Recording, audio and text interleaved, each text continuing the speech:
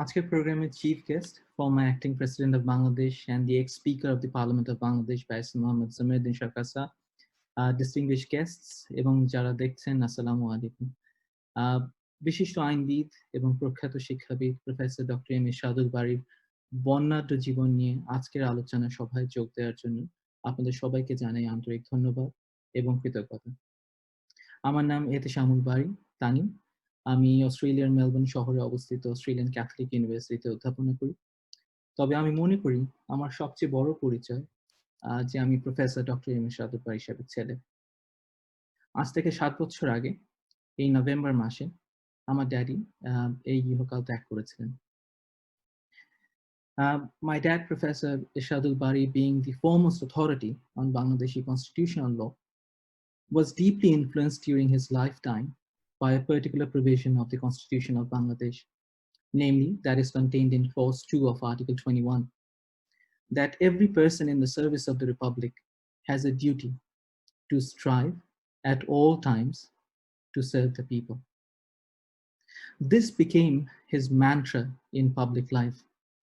যার রিফ্লেকশন আমরা দেখতে পাই প্রথমত তার 3 বছর ঢাকা বিশ্ববিদ্যালয়ের আইন বিভাগের চেয়ারম্যান এবং পরবর্তীতে দীর্ঘ 11 বছর ঢাকা ইউনিভার্সিটি ল ফ্যাকাল্টি ডিনের দায়িত্ব সুচারুরূপে এবং কার্যকরভাবে সম্পাদন করার মধ্যে। তিনি যখন ঢাকা বিশ্ববিদ্যালয়ের আইন বিভাগের চেয়ারম্যান হিসেবে দায়িত্ব নেন তখন ডিপার্টমেন্টে মাত্র 6 থেকে 7 জন পার্মানেন্ট একাডেমিক স্টাফ মেম্বার ছিলেন এবং সিংহভাগ কোর্স পড়ানো হতো খণ্ডকালীন শিক্ষকদের দ্বারা। মেধা, প্রজ্ঞা এবং কঠোর পরিশ্রমের মাধ্যমে Daddy transformed the School of Law at the University of Dhaka into a thriving and vibrant center of learning.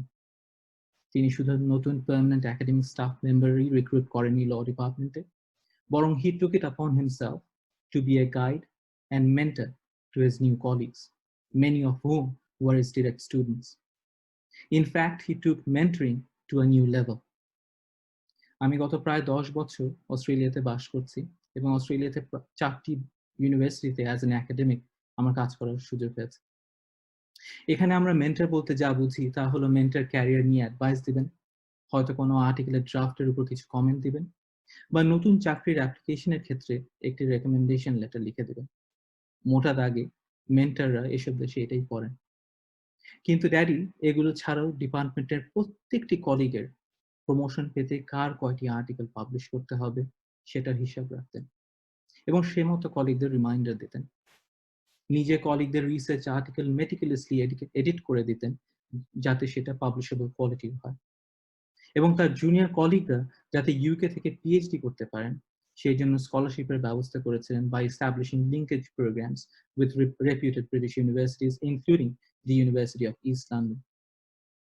প্রায় 11 বছর Dhaka university law faculty dean হিসেবে দায়িত্ব পালন করার পর 2001 সালের ডিসেম্বরে ড্যাডি বাংলাদেশ ওপেন ইউনিভার্সিটির ৪র্থ ভাইস চ্যান্সেলর হিসেবে নিয়োগ পান। তিনি এই বিশ্ববিদ্যালয়ের দায়িত্ব নেন এমন এক সময় যখন এই বিশ্ববিদ্যালয়ের শিক্ষা কার্যক্রম স্থবির হয়ে পড়েছিল। বিশ্ববিদ্যালয়ের ছাত্র সংখ্যা 2.5 লাখের নিচে নেমে এসেছিল এবং বিভিন্ন একাডেমিক প্রোগ্রাম বন্ধ হয়ে গিয়েছিল। তার কঠোর পরিশ্রম এবং দূরদর্শী নেতৃত্বে Bangladesh Open University was transformed into a model for distance education delivery in Asia. তিনি সকাল 9টা থেকে ভোর 4টা পর্যন্ত অফিস করতেন, কোনো ফাইল তিনি পেন্ডিং রাখতেন না। কিন্তু ভাইস চ্যান্সেলর হিসেবে এত ব্যস্ততার মাঝেও তিনি কখনো ভুলে যেতেন না যে he was a teacher by choice. Vice chancellor থাকা অবস্থাতেও তিনি ঢাকা ইউনিভার্সিটিতে কোনো পারিশ্রমিক ছাড়াই কনস্টিটিউশনাল ল পড়াতেন, a subject which he taught for more than 33 years in Bangladesh. In fact, he was the first Bangladeshi law academic who did his PhD in constitutional law of Bangladesh from the School of Oriental and African Studies, SOAS, at the University of London on a Commonwealth Academic Staff Scholarship. Vice chancellor থাকা অবস্থাতে তিনি তার Dhaka university ডিপার্টমেন্টের কলিগদের প্রতি ছিলেন নিবেদিত প্রাণ। আজকে যারা বাংলাদেশে কনস্টিটিউশন ল এক্সপার্ট বলে পরিচিত তারা 1 থেকে 2 ঘন্টা ফোন করে ড্যাডির ইন্টারপ্রিটেশন শুনে দেন টক শো করতে যেতেন। আমি একদিন বিরক্ত হয়ে ড্যাডিকে বললাম, কি দরকার তোমার এতক্ষণ কথা বলার যেখানে তোমার এত নিজের কাজ, আর কত এক্সপ্লয়েটেড হবে তুমি, ড্যাডি আমাকে বললেন, বাবা, আমার দ্বারা যদি কারো উপকার হয় তাতে ক্ষতি কি? তিনি নিঃস্বার্থভাবে মানুষকে সাহায্য করতেন। তিনি কখনো অ্যাকনলেজমেন্টের আশা করতেন না। আইরনিক্যালি, এই তথাকথিত এক্সপার্টরাও কখনো তার কন্ট্রিবিউশন অ্যাকনলেজ করেননি। ব্যক্তি জীবনে শত ব্যস্ততার মধ্যেও তিনি আমাদের জন্য সময় বের করতেন। He used to make sure যে দিনের একটা মিল আমরা একসাথে খাই। He instilled a strong sense of right and wrong in me and my sister. In fact, witnessing his passion for constitutional law and human rights law ultimately led me and my sister to develop keen interests in these areas. His teachings and his lessons have guided all our academic endeavors. So today we remember the life of this great man who hoped to be remembered not as a saint, but as a human being, a real person who spent the majority of his life putting the needs of others before his own and serving the institutions he led to the best of his abilities. These are qualities that are rare in this day and age, and that makes him even more relevant today, not less. আজকে আমি অত্যন্ত গর্বিত যে আমার ড্যাডির বর্ণাঢ্য জীবন নিয়ে আলোচনা করার জন্য আমাদের সাথে উপস্থিত আছেন অত্যন্ত গণ্যমান্য কিছু ব্যক্তিত্ব, যারা খুব কাছে থেকে ড্যাডিকে দেখার সুযোগ পেয়েছেন। অনুষ্ঠানের এই পর্যায়ে it is my great honor and privilege to invite the chief guest of today's program, former acting president of Bangladesh and the ex-speaker of the Parliament of Bangladesh, Barrister Muhammad Jamiruddin to deliver his address. Sir.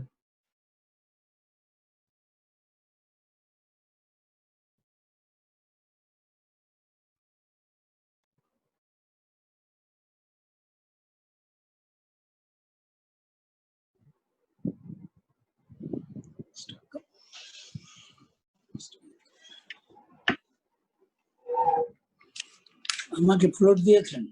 G sir. বিসমিল্লাহির রহমানির রহিম। Distinguished chair, distinguished and highly learned speakers about Dr. Muhammad Ershadul Bari. The speakers who are today present are the knowledgeable speakers who came in contact with Dr. Bari, or Mr. Bari came in contact with them. So, in course of the speech, what I shall hear, I think that the real character and the energy and the knowledge and the humanitarian side, the constitutional side, part of history, all we shall hear from them. My case is a little different because I am nearly 30 years senior. To him. 30 years senior or maybe more, because Dr. Bari was born on, and I was born on 1st of December 1931. So a difference of 30-31 years are there. Now to start with Dr. Bari, I remember firstly his father-in-law and maternal uncle, senior Dr. M.A. Bari. I was more close to him than Dr. Ershadul Bari, but I did not have friendship with the senior Bari, but I had the same friendship with Dr. Ershadul Bari.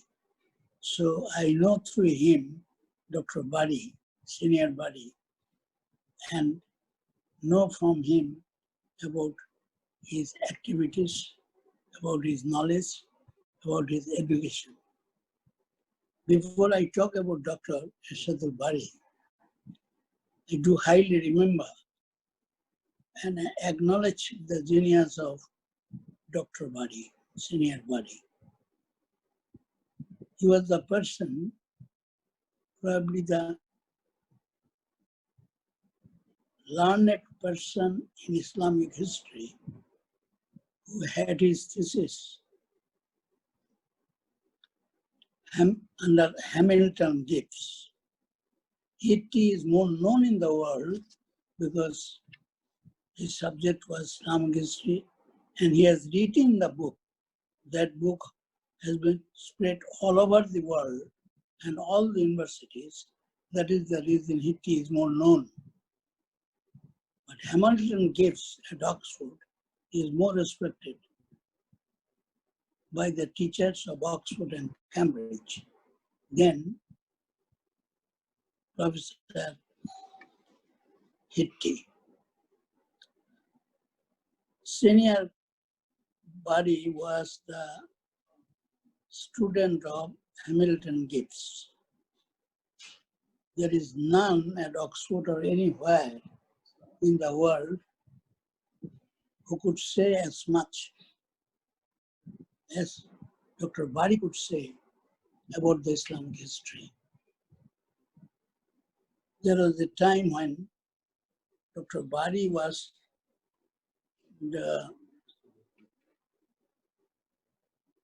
not the Vice-Chancellor, but he was the director of the National University, and suddenly he was transferred. And everybody knows about his financial capacity. He talked to me what he should do. Should he go to Kushtia University or would pray for staying here? Because I cannot go without this service. I don't have a house in Dhaka. So I advised him that I am giving your particulars to the Prime Minister and you go and see her. I gave the particulars of Senior Bari to the then Prime Minister, especially emphasizing that he was the student of Hamilton Gibbs. And Hamilton Gibbs is the best historian who is aware of all the sides of Islamic history. Dr. Bari met Madam and his transfer was cancelled. Now, this is about Senior Bari. There are many people like me and of my age, maybe more than my age, who all along used to get advice from Senior Bari. And Dr. Ershadul Bari being the son-in-law and also being a nephew, has inherited some of the qualities, not some, most of the qualities from Senior Bari, Dr. Senior Bari. Now, to start with now, about Dr. Ershadul Bari, who does not know him in the field of law? Who does not know him about his knowledge of human rights and the humanitarian law? Who does not know Dr. Bari, that he is an eloquent speaker, he had knowledge on diplomacy as well as human rights. So he was not the professor of law, he was a humanist and he had the control of the subject of humanitarian rights and human rights. These things put together. Dr. Ershadul Bari is one of the best professors of our country who could be said, who could be known as a genius professor covering the political side, the legal side, the environmental side, and last of all, I should say that he was a good draftsman, could enact law perfectly, taking the past and the present. So far he has written law very correctly. So Dr. Bari had a brilliant and distinctive academic and administrative career. When I talk about Dr. Bari, that before he became so much known, why he became so much known and known to be so much educated. The reason behind that his background from the beginning, primary to MA, it was excellent. He entered the Rajshahi University and then worked there for about 11 years. And as professor, his name was spread all over the universities, that apart from the professor of law of Dhaka University, Dr. Bari is one of the famous professors who is teaching in Rajshahi University. Thus, the Rajshahi University was very much known for law, and most of the students of North Bengal and South Bengal, they went to Rajshahi instead of coming to Dhaka University. Now, having sat for about 11 years, from 1977 to 1988, he decided to join Dhaka University. The opportunity came, it was vacant. He joined as the professor of the law department. And that was only for 1 year. Then 1 year after, he was elected dean. And to be elected dean is a very difficult task, as all of us know. It is the dean who does everything of the department. It is the dean who controls the teachers' behavior in relation to the students. It is the dean who gives the report to the Senate about his activities. Therefore, I would say that Dr. Bari was elected dean 1 year after he joined as the professor of Dhaka University.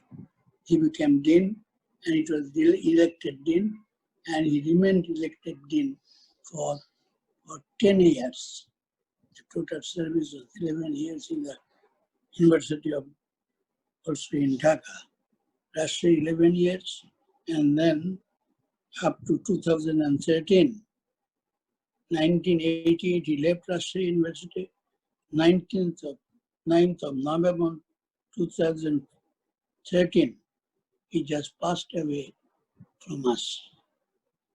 So this period that was so successful, the reason being, as I said first, that the background of Dr. Bari's career was very brilliant.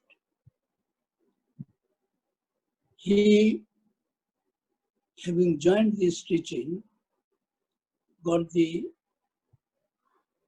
scholarship, common law scholarship, for doing PhD in constitutional law. Now, in constitutional law, which university for us is the best? Dr. Bari decided to go to School of Oriental and African Studies. And he correctly decided, because this is a school where renowned professors like James S. Reid and Heath Phillips are there. They were, at that time, they were the brilliant professor who used to teach history. And in particular, this law in relation to the legal history of the world. So he went to SOAS, School of Oriental and African Studies, and got himself admitted. In 1982, under the supervision of James S. Reid and the and the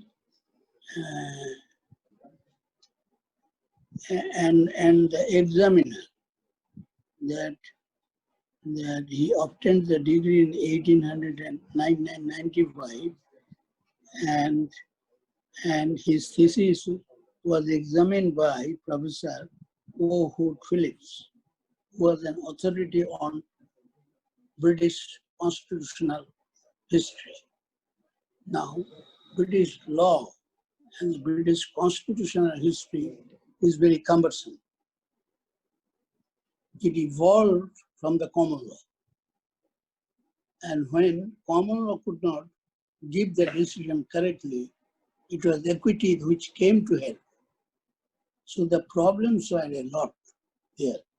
And at that time, Professor James S. Reid and Professor Hood Phillips, both of them were very much well known in the British history as the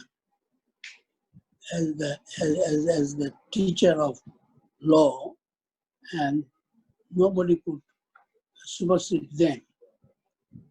And the school being the Oriental school, the students who used to travel are mostly from the Southeast Asia, South Asia, and the rest from Africa. Because these subjects were their subjects, and these subjects were not available in any other college of London University. LSE is famous for economics. King's is famous for English, also law, but not as much because it is apart from the Oriental laws. And Oxford and Cambridge, actually, we talk about Oxford and Cambridge, that these two universities are the best in the world, people say, apart from the Ivy League universities of America. So these SOAS actually gave him the best opportunity of building himself as a teacher in law. Professor James Reid himself was a very renowned teacher. He taught well. His English was very good. And he used to make humor while talking to the students about law. Law is an ass. He started talking and making humors with the students. Hood Phillips was more important. And that is the reason all along he was made a thesis maker. For supervision, there were many other professors, but for supervision, all along, for examination of the thesis, all along, the authority decided Hood Phillips to be the best person to see and consider the thesis. Therefore, Dr. Bari finished his PhD from SOAS, University of London, within 3 years. It is hard to find one who has finished within 2 years, within 3 years. It has taken 3 years, 1 month, 3 months. But Dr. Bari, just within 3 years, he finished his PhD with reputation. Now, the second, that Fulbright scholarship was given to him, that he will be trained in constitutional law from famous Stanford University, California. Now, about this, I must say, I had the good fortune of seeing Stanford University and some of the peoples who are engaged in the NGOs, like humanitarian NGOs, bringing up the children, taking them to the school, and how to bring them up. So, of all the universities, there are 8 Ivy League universities in America, which are very best, whether we agree or we do not agree. There are other universities, but the Stanford University was very much famous in the constitutional law, and he was trained at this Stanford University, California, in 1990. This is the general Commonwealth scholarship which afforded him the opportunity of doing that. Apart from that, he had the fellowship to pursue postdoctoral research in 1993 in the same school, SOAS. Now, apart from this fellowship, Commonwealth fellowship to pursue this constitutional course at Stanford, and thereafter the fellowship to pursue the postdoctoral research in 1993 from 93 onward. So in 3 stages, the primary state, the doctor, the secondary state, secondary state was the Fulbright scholarship for being trained in constitutional law from Stanford University, and third is the fellowship to pursue the postdoctoral research. Therefore, the background of Dr. Bari from the very beginning was very, very good. It was a mirror. The knowledge that he had probably could be shown in the mirror to the whole world about his knowledge, about his capacity, and about his behavior among the teachers and the students, and the relationship between the teacher and the students. Now, apart from that, Dr. Bari obtained 3 scholarships to receive training in teaching environmental law at the university level. This university environmental law is practically, though it is an olden thought, but it is of recent origin. It started probably in a full swing towards the end of 20th century. And there he actually built up his career in teaching human rights. And this teaching human rights in his teaching environmental law at the university level in 1997, and in teaching human rights from the Institute of Human Rights, Strasbourg, in 1998. Here I take a pause. Strasbourg is now the capital of the European Union. Before Strasbourg,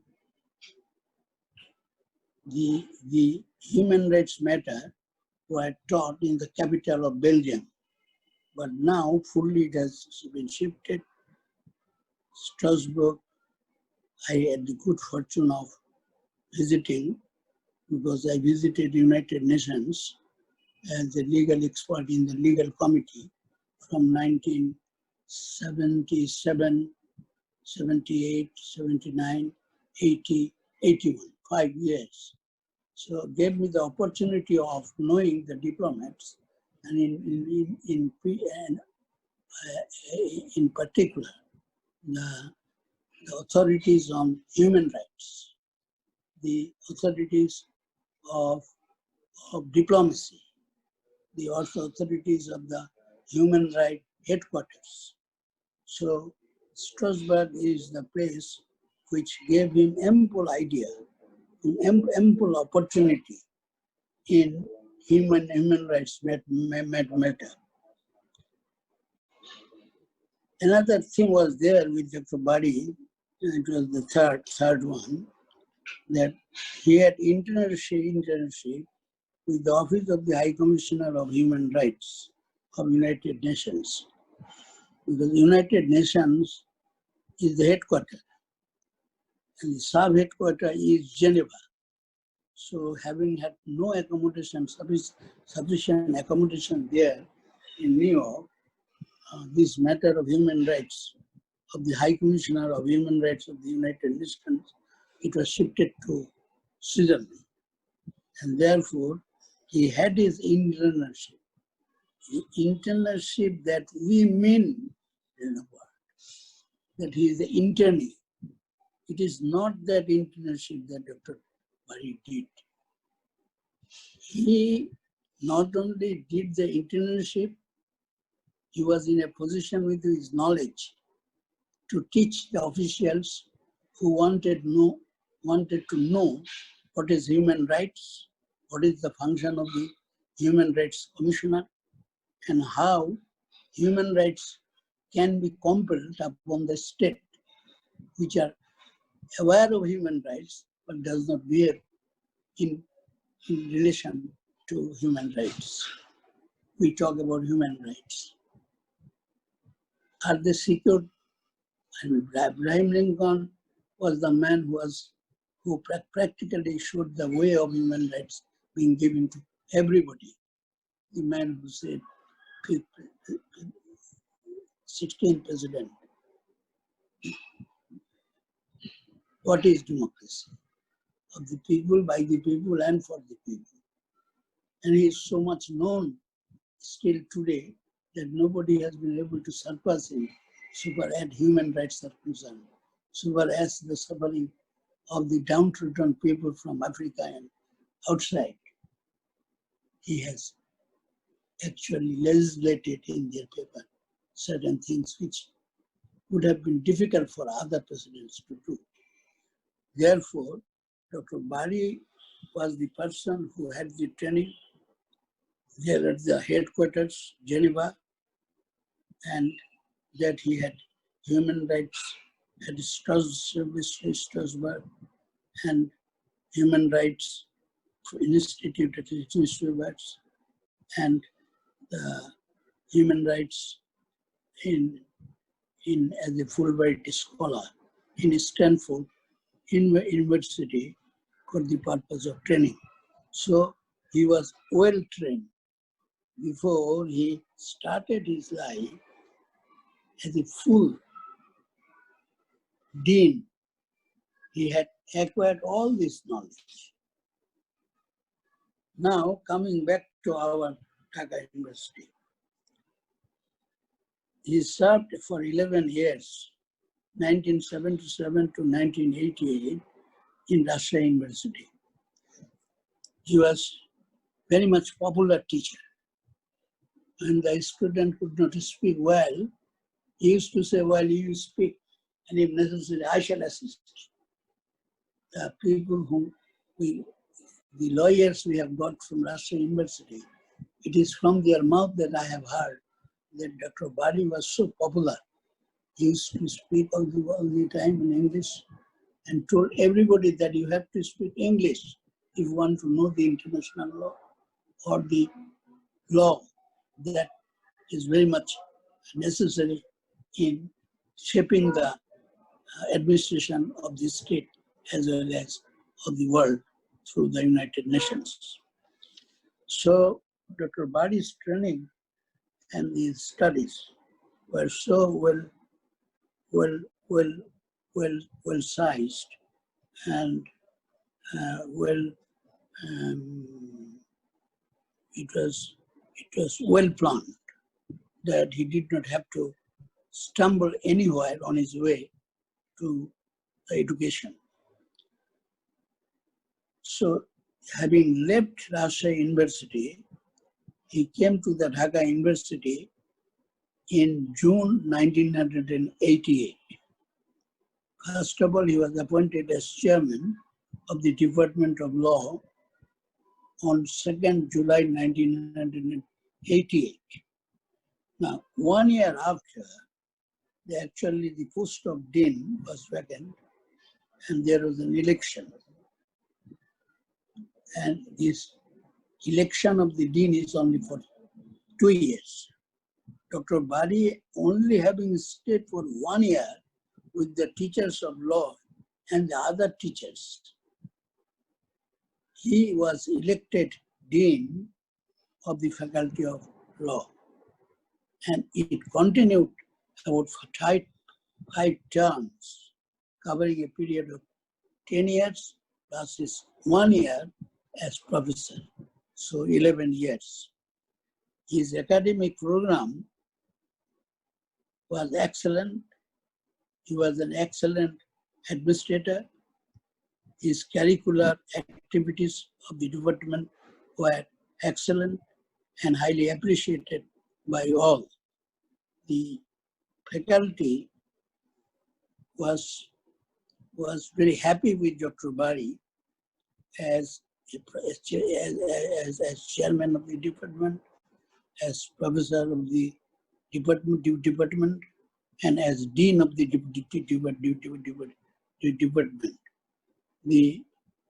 At that time, when he was dean, Ziaur Rahman Hall came into focus. President Ziaur Rahman during his time, what he has done for the country, how he restored democracy, how he drove away the one-party rule, Bakshal, and how he changed the constitution in a pattern where the people are 80% Muslims, and the relationship with the Muslim countries, and helping the downtown countries to become liberated country. This is all what Ziaur Rahman had done.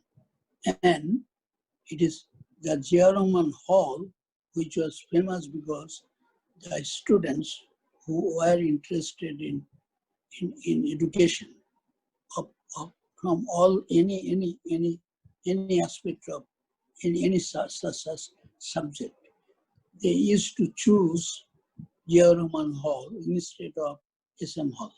SM Hall is an olden hall, you see. It started as back as in 1922s, 23s. So it is very old and it is very good and well managed.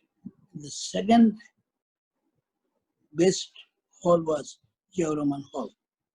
So Dr. Bari, having had his curriculum and having had his experience, having had his knowledge, he was selected for the post of Provost of Ziaur Rahman Hall. And as Provost, he served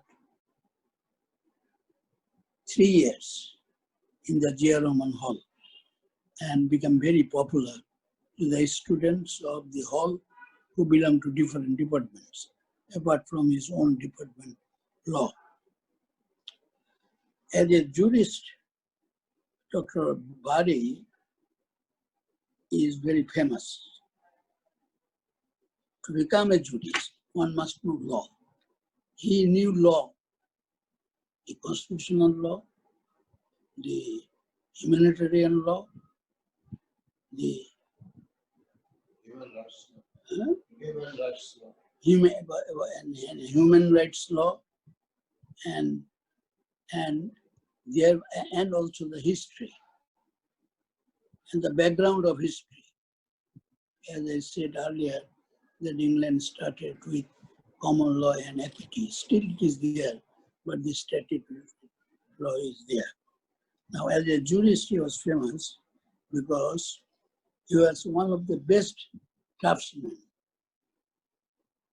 And his draftsmanship was highly recognized by the National Labour Commission. Our labor law, to my knowledge, as far as I have read, our labor law is the best in the world.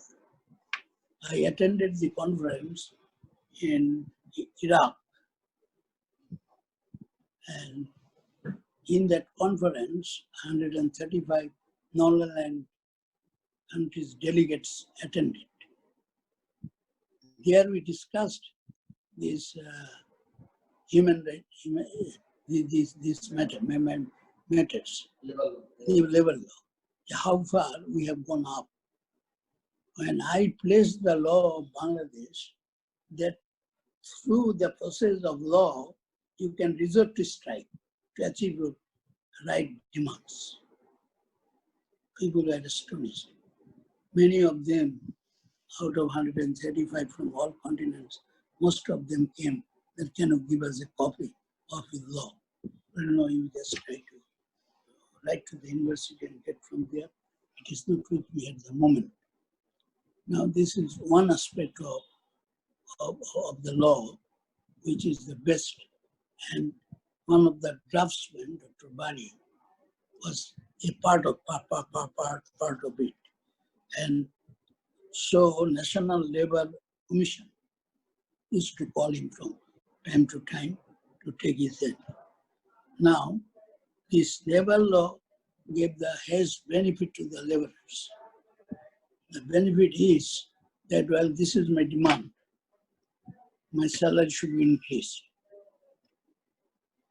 According to law, it will go as high as possible.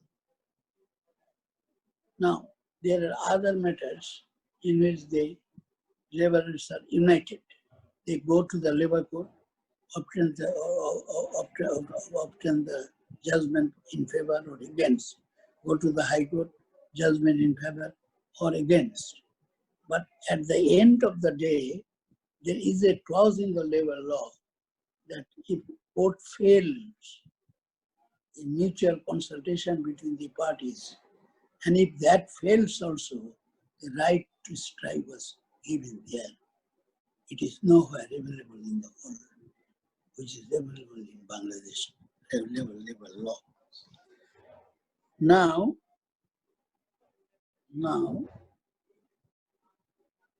about the International Union for Conservation of Nature. He was the vice chairman covering the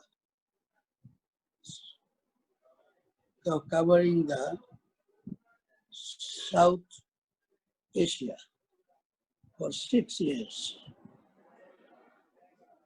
And in short, IUCN, and that is International Union for Conservation of Nature. So he was vice chairman of the area of South Asia for 6 years. Dr. Bari relinquished the office of Dean of the Faculty of Law on 10th December 2000 because Vice-Chancellor was required for the newly opened university known as Open University. Because not so many fortunate people are there who can go to the university from the elementary schools to the university. So his scope was given. When I was the law minister, two things I did. One, the private universities. Two, to educate everybody. And to encourage people to be educated, to give them grant, give them money, or give them food. If there are two children, one is to get money, another is to get food. And this is the time when this National University and this Open University, and there were other universities, 4 technical universities, they were all established. Even Chiranga University, part of it, was established. Private universities were also established during that period. So,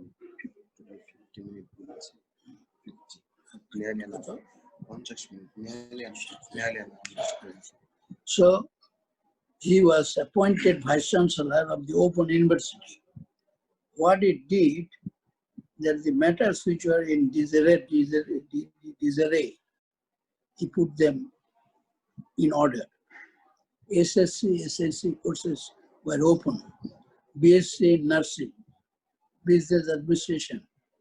So he was Vice-Chancellor for 2 terms, I for 6 years, and which was this university, which was in disarray. He just put this university in the perfect path to run perfectly. The enrollment rose to the extent of 10 lakhs, had 7.5 lakhs increase. And the and professor of law, the University of, and thereafter he went to Malaysia, because Malaysia was actually demanding good professors at the time, and the people who applied for, Dr. Bari practically topped the list. Professor of Law of the University of Malaya, joined Faculty of Law on 28th of July 2009, held the position till his passing away on 9th November 2013. And before that, before passing away, there was no LLM there in Malaysia. So he opened the course of LLM there.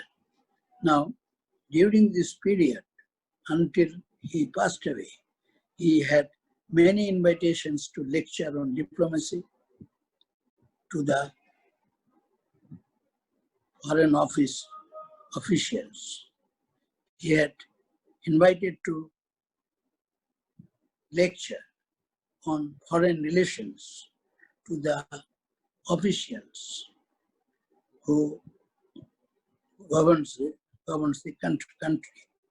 He was called upon to lecture on international humanitarian law to the officials of foreign ministry. And as I told you before, that human rights was one of the subjects which was very dear to him. And he had the right to meet the High Commissioner straight, High Commissioner of Human Rights of the United Nations. Therefore, I would say that in the field of law, and in particular the labor law, in particular the humanitarian law, in particular the common law plus the equity, all put together, Dr. Bari was one of the best international jurists as I know him.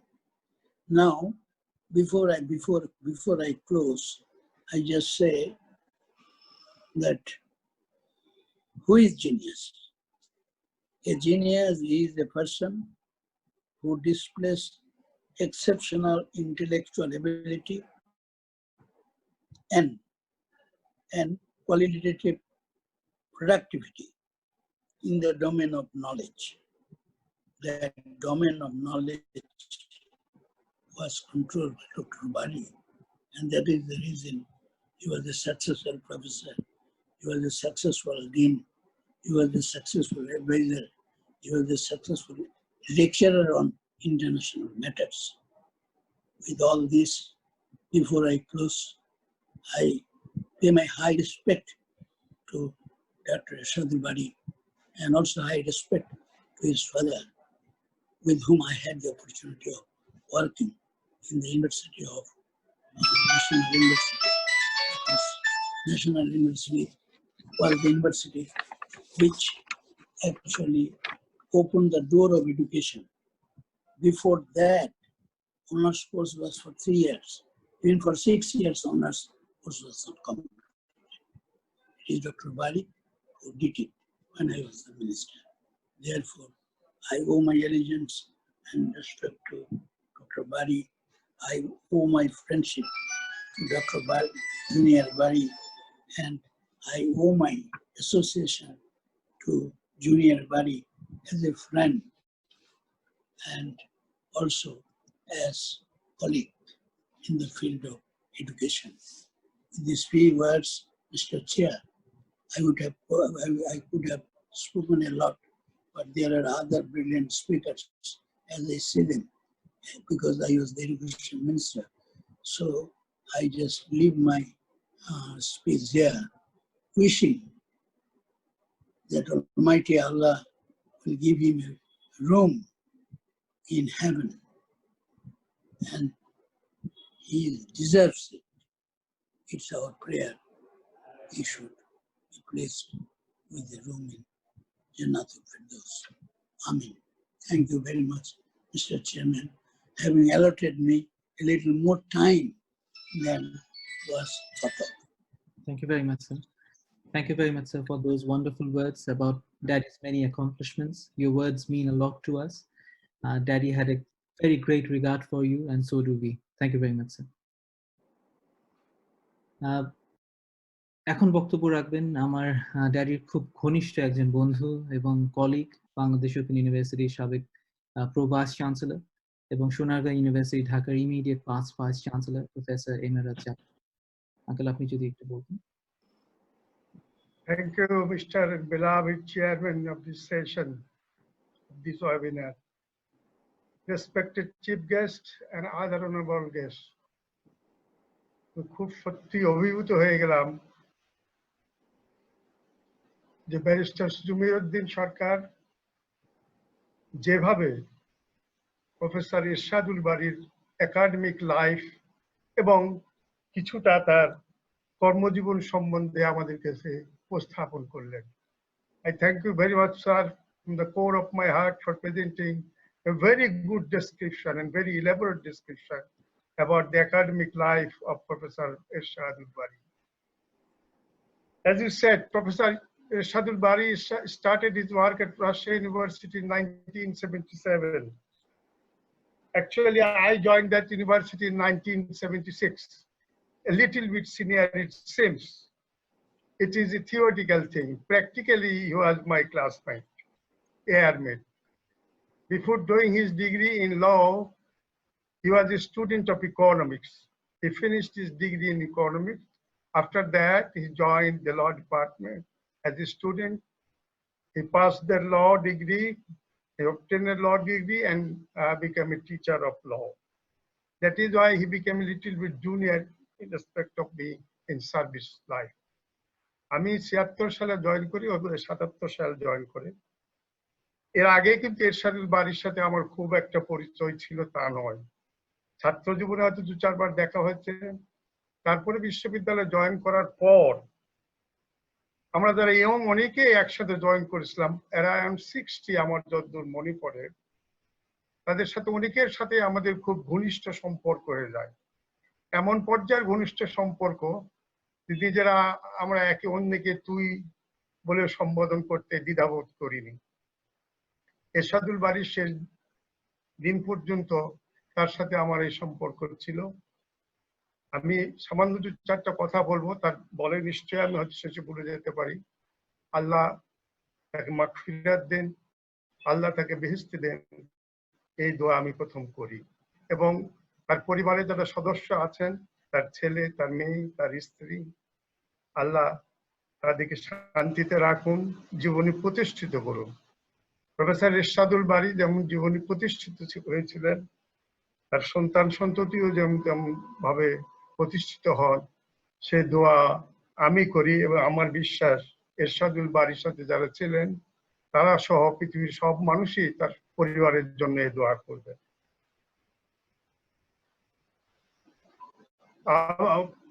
Sir professor barrister Jamiruddin সরকার সাহেব অনেক সময় নিয়েছেন, আমি জানি না তামিম কিছু বলছেন, আমাদের কতক্ষণ করে সময় বলা উচিত, কারণ একটা ওয়েবিনার কতক্ষণ চলতে পারে তুমি কতটুকু ঠিক করেছো সেই অনুযায়ী আমি কথা বলবো, বেশি বলা ঠিক হবে না, কারণ মানুষকে বিরক্ত করাও ঠিক নয়, এটা আমি বুঝতে পারি। তাই আমার মনে হয় তোমার উচিত হবে আমাদের কিছুটা বলে দেওয়া।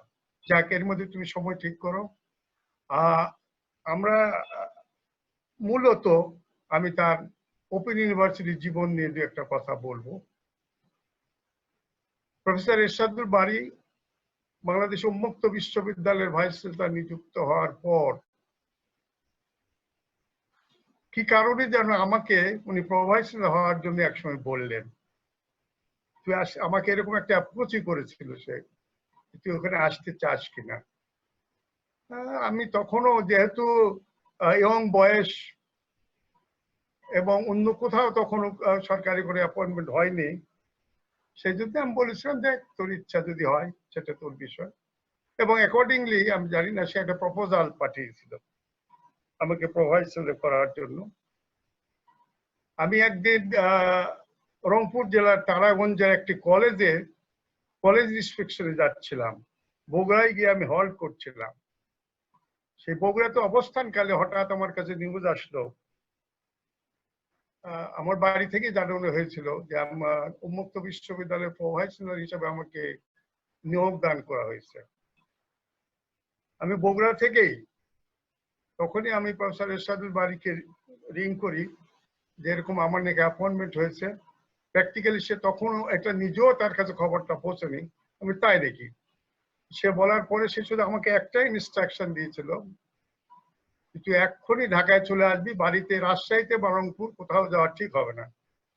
আমি তবুও বললাম, যেহেতু আমি রংপুরের উদ্দেশ্য বের হয়েছি, রংপুর কলেজটাকে আমি যাব, যাওয়ার পর সেখান থেকে আমি চলে যাব, ঢাকাতে যাব। এবং তার কথা মতো রংপুর থেকে আমি সোজা চলে গেছিলাম ঢাকায়। ঢাকায় যে আপনারা সবাই জানেন, উন্মুক্ত বিশ্ববিদ্যালয়ে একটা অফিস আছে ঢাকা কলেজের পাশে, এটা ওকে বলে RRC, রিজিওনাল রিসোর্স সেন্টার নাম ওগুলো। উন্মুক্ত বিশ্ববিদ্যালয় বেশ কয়েকটি RRC আছে, তার মধ্যে ঢাকারটি বেশ উন্নত মানের। সেই অফিসে আমি গেলাম এবং তার সাথে দেখা হলো। আমি যেই মুহূর্তে ওনার সাথে দেখা হলো এখানে, আমি সরি, অনেক সময় হয়তো আমার কথায় তার, অনেক সময় ওনার বলে ফেলছি, কারণ হি ওয়াজ মাই সো ক্লোজ। আমি একেবারে মিটিং সিটিং ছাড়া সবসময় ও আমাকে তুই বলতো, আমিও ওকে তুই বলতাম। ফলে আমার এই কথার কিন্তু কনফিউশন হয়ে যেতে পারে, আপনারা অন্যভাবে কেউ নেবেন না দয়া করে। আমি সেখানে জয়েন যেদিন করতে যাই, সেদিন আমার মনে পড়ে অনেকের মধ্যে ঢাকা ইউনিভার্সিটির দু একজন ল ডিপার্টমেন্টের শিক্ষক ছিলেন, যে ল ডিপার্টমেন্টে উনি দীর্ঘদিন শিক্ষক এবং ডিন হিসাবে কাজ করেছেন।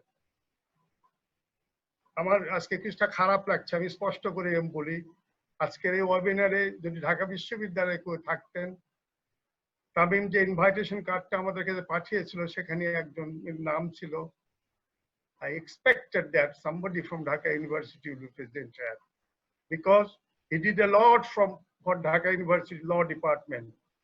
রাজশাহী ইউনিভার্সিটির শিক্ষক হিসেবে উনি অল্প দিনই ছিলেন, সেই তুলনায় রাজশাহী ইউনিভার্সিটি ল ডিপার্টমেন্টের কন্ট্রিবিউশন কিন্তু অত বেশি কিনা আমি ভ্যালুয়েট করবো না। তো ঢাকা ইউনিভার্সিটি নিঃসন্দেহে কিন্তু বিরাট তার কন্ট্রিবিউশন আছে ল ডিপার্টমেন্টে, এবং দল মত নির্বিশেষে প্রত্যেক শিক্ষককে, প্রত্যেক মেধাবী ছাত্রকে সে বিশ্ববিদ্যালয়ের শিক্ষক হিসেবে নিয়োগ দিয়েছে। এই কিছুদিন আগে হিউম্যান রাইটস কমিশনের যে চেয়ারম্যান ছিলেন মিজানুর রহমান সাহেব, তিনিও রাজশাহী বিশ্ববিদ্যালয়ের শিক্ষক ছিলেন, তেনাকে উনি নিয়ে গেছিলেন। আরো কিছুদিন আগে সম্ভবত ল কমিশনের একজন সদস্য ছিলেন, চিটাগাং ইউনিভার্সিটির শিক্ষক, উনিও রাজশাহী বিশ্ববিদ্যালয়ের শিক্ষক ছিলেন, এবং ওনাকে ওই ঢাকা ইউনিভার্সিটি তিনি দিয়ে গেছিলেন, প্রফেসর এরশাদুল বারী। সুতরাং ঢাকা ইউনিভার্সিটির ল ডিপার্টমেন্টটাকে সত্যি সত্যি একটা যোগ্য ডিপার্টমেন্ট হিসেবে প্রতিষ্ঠা করার জন্য তার সময়কালে কিন্তু আমি মনে করি অস্বাভাবিক একটা অবদান রেখেছে। সে যদি মিন মাইন্ডেড হতো, ইচ্ছা করলে দল দেখে শুধু লোক নিয়ে যেতে পারতো ওই বিভাগে, কারণ সে সময় সে ক্ষমতা তার ছিল, কিন্তু উনি তা করেননি। উনি দলমত নির্বিশেষে যারা মেধাবী ছাত্র, যারা শিক্ষক হওয়ার যোগ্য, যারা সত্যি সত্যি ভালো ছাত্র, তাদেরকেই উনি শিক্ষক হিসেবে সেই সময় অ্যাপয়েন্টমেন্ট দিয়েছেন। আজকে ঢাকা বিশ্ববিদ্যালয়ের ল ডিপার্টমেন্ট কতটুকু মূল্যবান আমি মূল্যায়িত করতে পারবো না, তো যতটুকু হয়েছে definitely I can say one thing, professor Ershadul Bari তার জন্য বড় কন্ট্রিবিউশন আছে। যাক, আমি জানি না ঢাকা ইউনিভার্সিটি কেউ আজকে থাকলো না, আমার কাছে খারাপ লাগছে, সেই জন্য হয়তো ইমোশনালি কিছু কথা বললাম। তো উন্মুক্ত বিশ্ববিদ্যালয়ে আমি যোগদান করার পরে আমি যেদিন, আমি তখন একেবারে ইয়ং, একটু বয়স কমে কমে মনে হয়, বয়স তখন হয়েছিল আমার প্রায় 52 বছর, কিন্তু চোখ মুখে হয়তো তেমন বয়সটা ফুটে ওঠেনি, সেই জন্য অনেক ইয়ং মনে হচ্ছিল। আমি বিশ্ববিদ্যালয়ের ক্যাম্পাসে আমাকে যেদিন নিয়ে গেল, সবার সাথে পরিচিত হলাম, সবাই বেশ ভালোই বোধ করছিল। সেই সময়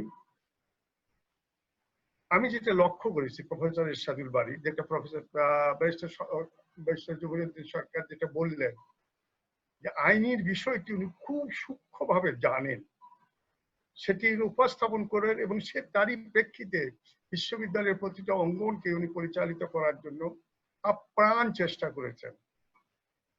আমি আইনবিদ নই, আমি আইনের ছাত্রও নয়, মূলত আমি বিজ্ঞানী ছাত্র এবং খুবই শক্ত সাবজেক্ট পরিসংখ্যানের ছাত্র। আমাকেও কিন্তু আইন সম্বন্ধে বেশ ভালোই দীক্ষা দিয়েছে সে, এবং সে বলেছে এই জিনিসগুলো ভালো করে মনে রাখবি, একটি বিশ্ববিদ্যালয় প্রশাসন সাথে দেশের সাধারণ আইন সম্বন্ধে একটা ধারণা নেওয়ার জন্য সব সময় করতে। আমি নানা কাজ করেছেন, সেটা প্রফেসর ব্যারিস্টার সরকার বললেন। নানা কাজের মধ্যে ছাত্র সংখ্যাটা বৃদ্ধি করেছেন, লেখাপড়ার মান উন্নত করার জন্য নানা চেষ্টা করেছেন। নানা লোকাল সেন্টার, মুক্ত বিশ্ববিদ্যালয়ে বহু প্রায় 80টা লোকাল সেন্টার আছে। সে 80টা লোকাল সেন্টারের প্রায় সবগুলোই উনি নিজে উদ্যোগে এটা স্থাপন করেছেন। তার টাকা, অবশ্য টাকা সরকারের, বিশ্ববিদ্যালয়ের টাকা, কিন্তু উদ্যোগটা নিয়েছিল উনি। সেই রংপুর, কুড়িগ্রাম এই অঞ্চল থেকে শুরু করে বান্দরবন পর্যন্ত এমন কোন এলাকায় নাই যে উন্মুক্ত বিশ্ববিদ্যালয়ের লোকাল সেন্টার উনি করেননি। লোকাল সেন্টারে মূলত কাজ হচ্ছে যেসব শিক্ষার্থী উন্মুক্ত বিশ্ববিদ্যালয়ের সাথে সম্পৃক্ত হতে চায়, অর্থাৎ লেখাপড়া করতে চায়, তাদের তো একটা রেজিস্ট্রেশন থাকতে হবে। সেই রেজিস্ট্রেশনের সুবিধা সেই সেন্টারগুলোতে লোক বল নিয়োগ করা হয়, সে লোকেরা চলে করে থাকেন। সাথে সাথে আজকে বাংলাদেশে প্রাথমিক হাই স্কুল পর্যন্ত ছাত্রছাত্রীদের যেরকম বই দেওয়া হয়, উন্মুক্ত বিশ্ববিদ্যালয়ে কিন্তু 2002 সালে আমি যখন জয়েন করেছি, তার আগেও হয়তো ছিল, তখন থেকে সব ছাত্রছাত্রীদের কিন্তু বই দেওয়া হতো। সে উন্মুক্ত বিশ্ববিদ্যালয়ের ছাত্রছাত্রীরা ওই লোকাল সেন্টার থেকে রেজিস্ট্রেশন করে সে বইগুলো সংগ্রহ করত এবং যতদূর সম্ভব লেখাপড়া করত। আমি বলবো না উন্মুক্ত বিশ্ববিদ্যালয় লেখাপড়ার মান খুব উঁচু মানের, তা নয়। কারণ উন্মুক্ত বিশ্ববিদ্যালয়ে মূলত লেখাপড়া করে যারা ঝরে পড়ে, অর্থাৎ students who could not continue their studies because of several reasons, because of poverty, because of family problem, because of other things, যে কোনো কারণে হয়েছে, করতে পারেনি। সরকারও বোধহয় সেই কারণেই, এবং স্যার সম্ভবত তখন শিক্ষামন্ত্রী 1992 সালের অক্টোবর মাসে এই উন্মুক্ত বিশ্ববিদ্যালয় আইনটি পাশ হয়। এই আইনটি যখন পাশ হওয়ার উদ্দেশ্য ছিল এই যে এখানে যেন যারা স্বাভাবিকভাবে লেখাপড়া করতে না পারে তাদের জন্য সুযোগ সৃষ্টি করা হয়। সেই সুযোগটি থেকে বিশ্ববিদ্যালয় করা হয়েছিল। যা হোক, আমরা জয়েন করার আগে অনেকটা জেমিয়ে পড়েছিল, কিন্তু ডেফিনেটলি এরশাদুল বারীর উদ্যোগে সেখানে অনেকখানি কার্যক্রম কিন্তু এগিয়ে নিয়েছিলাম। এই তথ্যটি ব্যারিস্টার সরকার দিলেন, আমার যতদূর মনে পড়ে 11 লক্ষ মতো ছাত্র তখন আমরা সেই সময় এনরোল করতে পেরেছিলাম, হিউজ অ্যামাউন্ট। এবং এই ছাত্রছাত্রীদেরকে তত্ত্বাবধান করতে হতো। এদের লেখাপড়া সাধারণত করা হয় স্কুলগুলোর মাধ্যমে, যেসব স্কুল বিশ্ববিদ্যালয়ের সাথে সম্পৃক্ত থাকে। আমরা সেই জিনিসগুলো তদারকি করতাম এবং যতদূর ভালো সম্ভব সেটা করেছি। এরশাদুল বারীর শরীর খুব ভালো ছিল না, এটা আপনারা জানেন। সে সময় আমি জয়েন করার আগে তার 2টো কিডনির অপারেশন করতে হয়েছিল।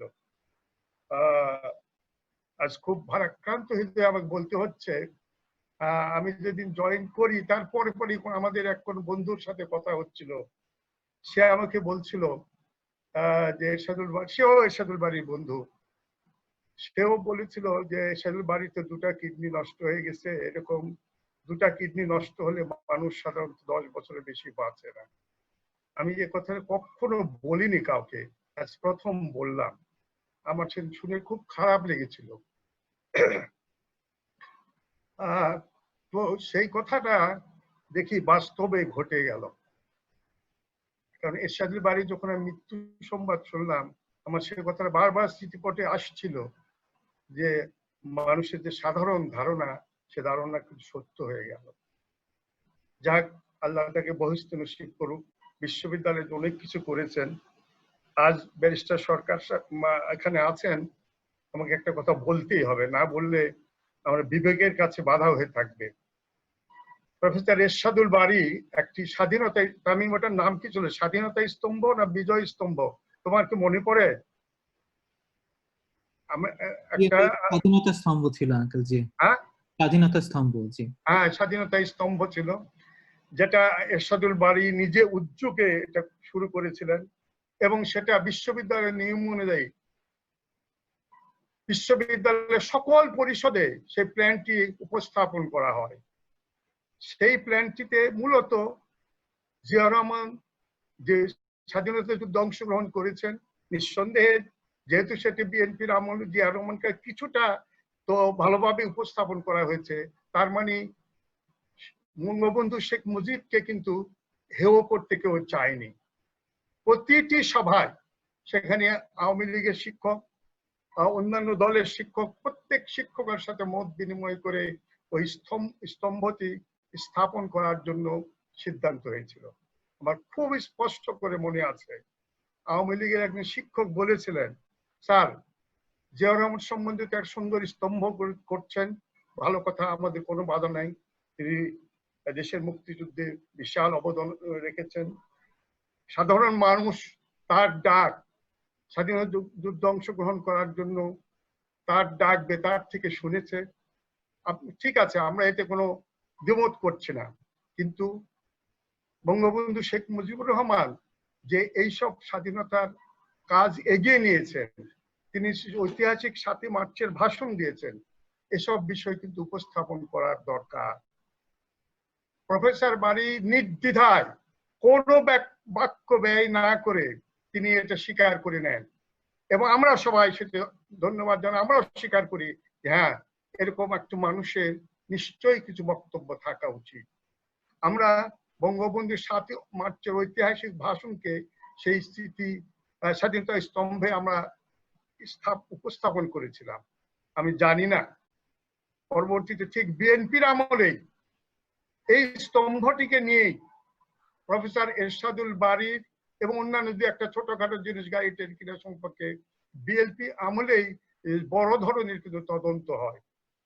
কি জন্য তদন্ত আমি জানি না, কখনো কেউ আসেনি, শুধু আমাকে এও বলেছিল যে এটা নিয়ে কিন্তু খুব বড় ধরনের তদন্ত হচ্ছে এবং আমার কাছে কাগজপত্র আছে, আল্লাহ দিতে আমি সব উপস্থাপন করব। এবং সে উপস্থাপন করেছে এবং সেখান থেকে সে প্রমাণ করতে পেরেছে যে সেখানে কোনো খারাপ কাজ তিনি করেননি, কোনো অপব্যয় তিনি করেননি, এটা তিনি প্রতিষ্ঠিত করেছেন। মনে রাখতে হবে, এটা কিন্তু বিএনপির সময়েই করতে হয়েছিল তাকে। আমার কাছে একটু অস্বস্তির মনে হয়েছিল যে বিএনপি কর্তৃক নিয়োজিত একটি ভাইস চ্যান্সেলর, যিনি একজন মানুষ যিনি স্বাধীনতা যুদ্ধের সাথে এভাবে সম্পৃক্ত, তাকে উপস্থাপন করতে চেয়েছেন, অথচ সেটি বিএনপি নামে একটা দল যারা ক্ষমতায় তখন ছিল 2002 থেকে 6-7 পর্যন্ত, তারা এটি মূল্যায়ন করতে পারলো না। তাকে এভাবে আমি মনে করি চার্জ করা হলো কিছুটা, যদিও সে চার্জ থেকে সে দোষী হয়নি, কিন্তু চার্জ তো তাই করা হয়েছে, এটা সত্য কথা। যা হোক, এটা সত্য কথা এবং এটি সত্য। আমরা বোধহয় ঠিক জানি না কোন মানুষের কত মূল্য। আজ হয়তো তার জ্ঞানীর আমরা খুব কৃতজ্ঞতা প্রকাশ করছি, খুব বাহবা দিচ্ছি, অনেক জ্ঞানী মানুষ ছিলেন, অনেক কিছু করেছেন, কিন্তু জীবিত অবস্থায় কিন্তু অত মূল্যায়িত হয়েছে বলে আমার কাছে মনে হয়নি। কারণ তার মূল্য আরো থাকা উচিত ছিল। সে সমাজে যেটুকু দেওয়ার তার পক্ষ থেকে সে সবটুকু চেষ্টা করেছে। আমার মনে হয় তখনকার সমাজ খুব ভালোভাবে কিন্তু গ্রহণ করতে পারেনি। যা হোক, বিশ্ববিদ্যালয় 4 বছর, উন্মুক্ত বিশ্ববিদ্যালয় 4 বছর সময়কালে তার সাথে নানা কাজে আমি সম্পৃক্ত ছিলাম। বন্ধু হিসাবে তার প্রায় যতটা জীবন রাজশাহী বিশ্ববিদ্যালয় থেকে তার শেষ দিন পর্যন্ত, প্রায় মালয়েশিয়া যাওয়ার পরে আগ পর্যন্ত বলতে পারি আমি তার সাথে সম্পৃক্ত ছিলাম। আমি যতটুকু জানি, এরশাদুল বারী কোনো খারাপ কাজ জ্ঞানত করেননি। আমি নির্দ্বিধায় এটা সাক্ষী হিসেবে বলতে পারি, খারাপ কাজ কোনো চিন্তার মধ্যেও তো কখনো আসেনি যে এই কাজটি করতে পারি বা এই কাজটি আমার দ্বারা খারাপ হতে পারে বা এটা করলে আমি ব্যক্তিগতভাবে লাভবান হব, এরকম কোন চিন্তা এরশাদুল বারী কখনো করেছেন বলে জানি না। যেটা তারিম বারবার বলছিল যে অফিস সকাল 9টা থেকে ভোর 4টা পর্যন্ত করছেন, এটা সত্য কথা। অনেকদিন আমি তার সাথে বসেছি অফিসে 2টা 3টা 4টা পর্যন্ত বসেছে। একবার কনভোকেশন হয়েছিল, তৎকালীন প্রধানমন্ত্রী বেগম খালেদা জিয়া সে কনভোকেশনে উপস্থিত এসেছিলেন। সেই কনভোকেশনের আগেই সম্ভবত আগের দিন বা একদিন আগেই আমাদের বড় স্যার প্রফেসর বারী তিনি মারা যান। তার শ্বশুর মারা গেছেন, শ্বশুর না তার আত্মীয় বটে।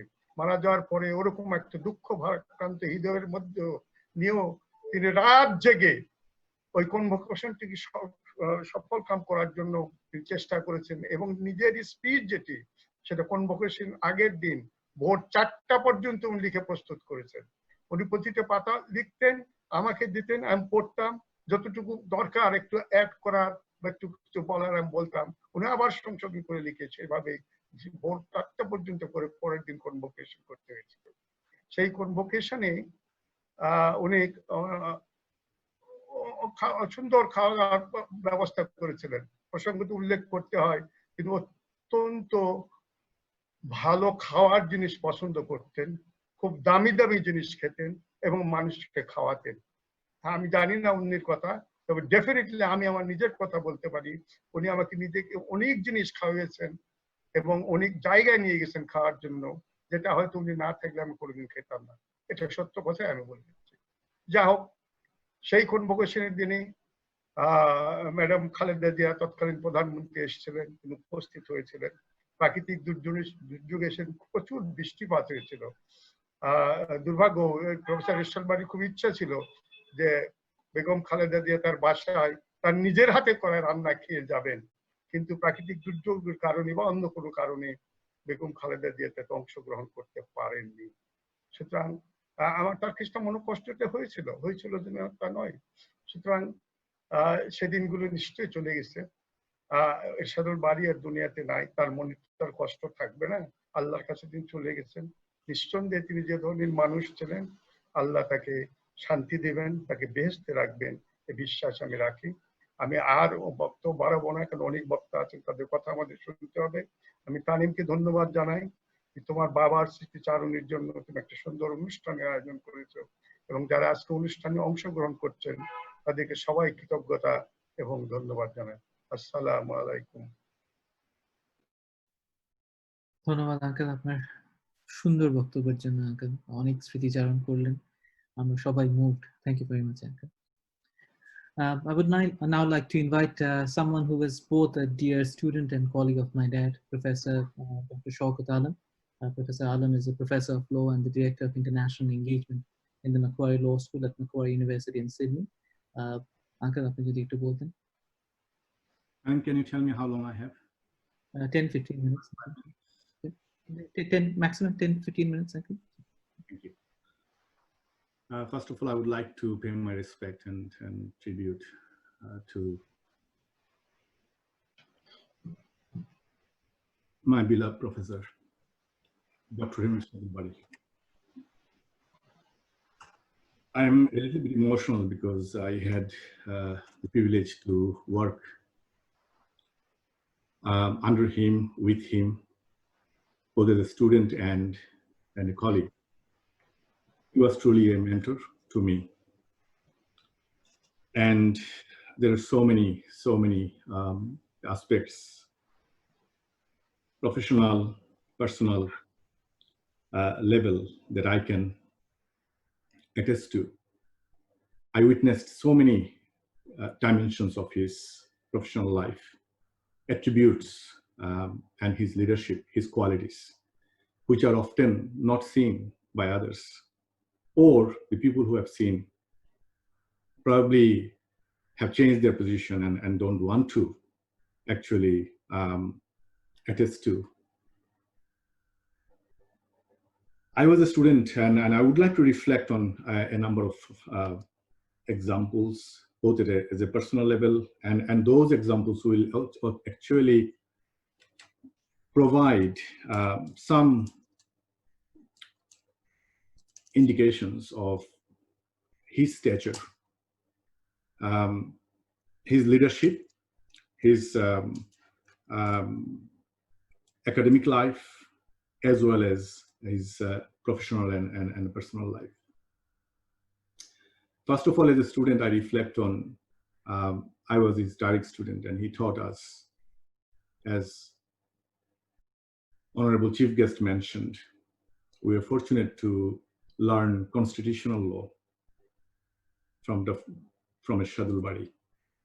And it is for the first time we were actually exposed to what democracy is, what rule of law is. I clearly remember his clear examples of State versus Dosso and Marbury versus Madison, all those cases when he was referring to judicial review. His favorite subject was, of course, preventive detention. And I remember in our test, in exam, there was a question that what are the differences between preventive detention and punitive detention? And at that point in time, as you can all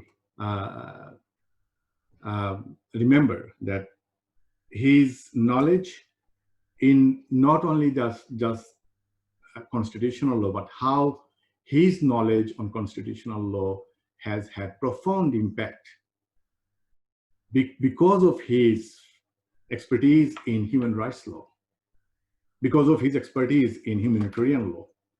And this right-based approach, what is right and what is wrong, and how those rights could be protected through the constitutional safeguards. He has taught us the separation of powers, how the independence of those institutions could be maintained, and the Constitution could be protected, and the court could be the guardian of the Constitution, the safeguards. Those are the things we have learned in the constitutional law class, and he was treated as a living encyclopedia of constitutional law. He didn't need any books or any notes. He could provide us examples after examples, cases after cases, and that provided, showed us his mastery in the subject. He was certainly articulate.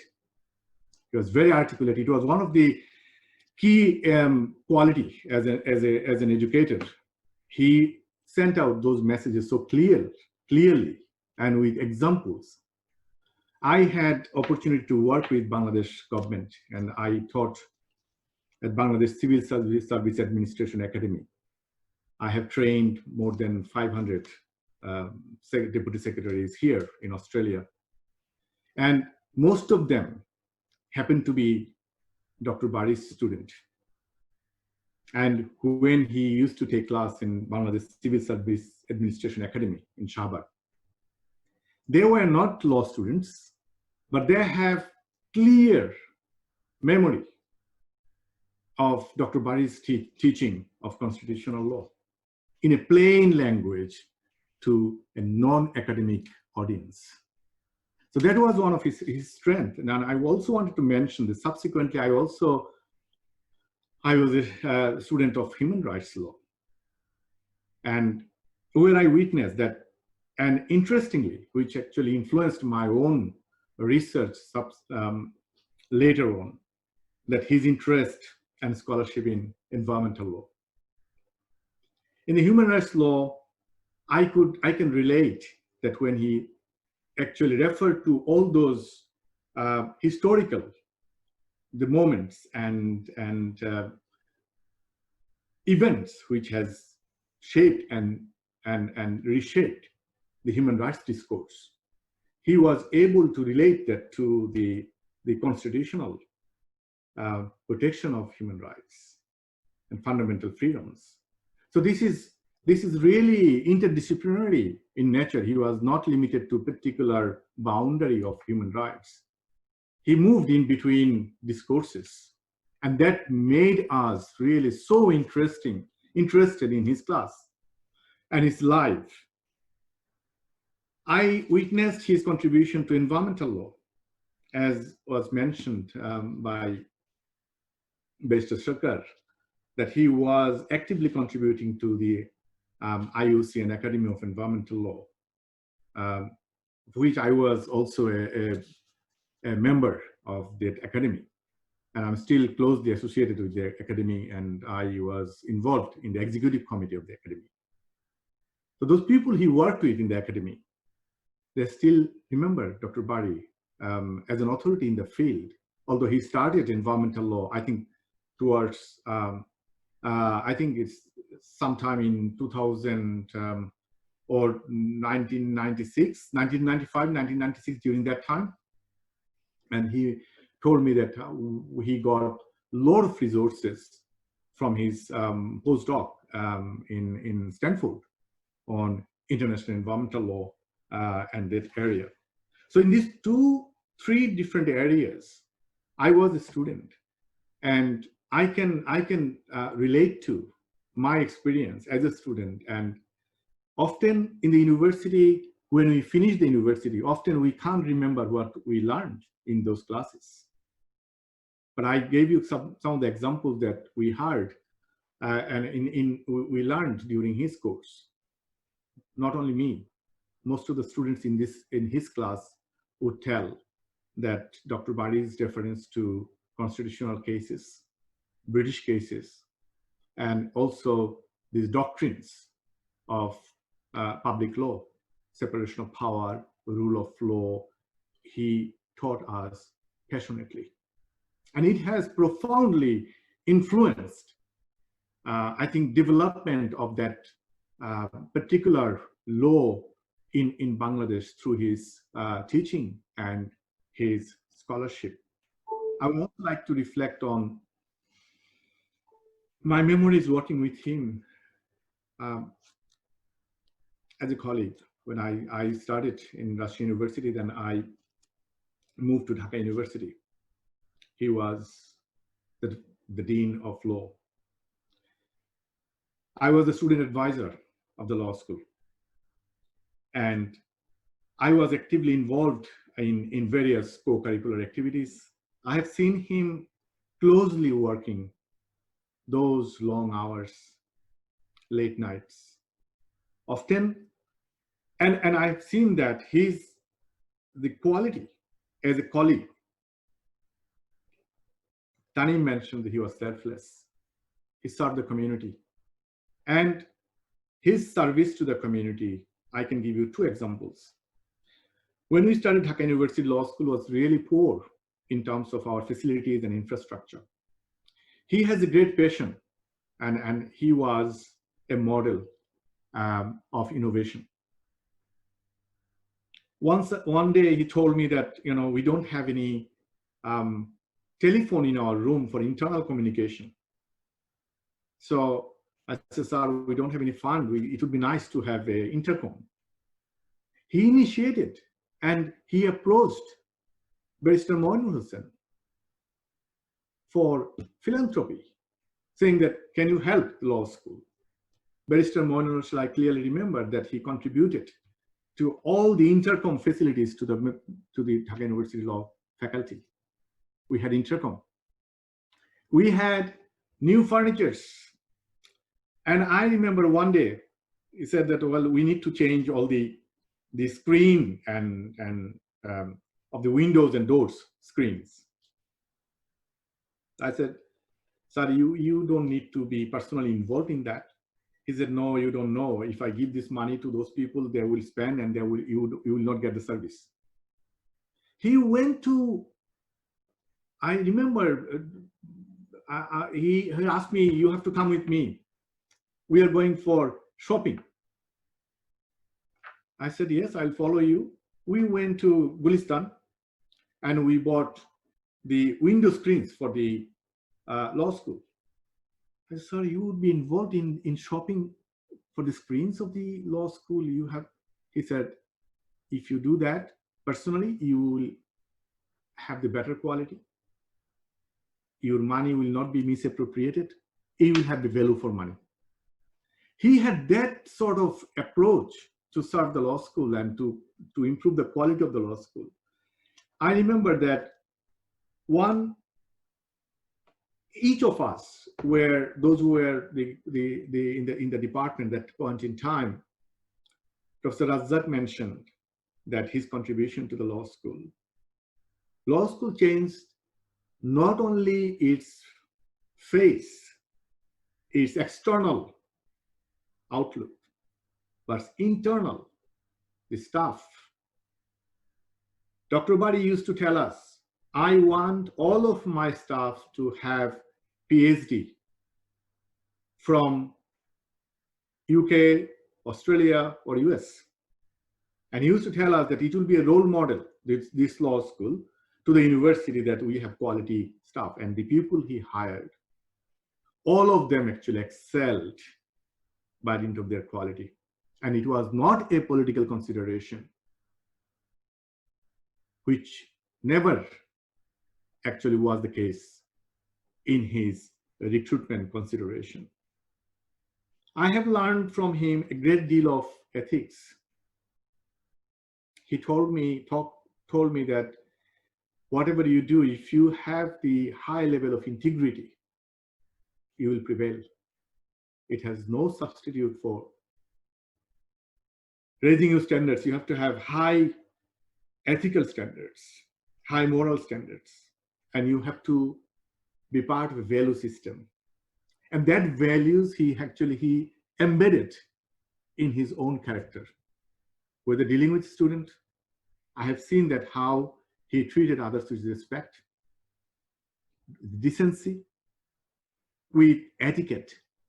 These are the things you said, that every word, Assalamu alaikum, etiquette, Allah kore, God willing, it was always present, even if it was a very short conversation.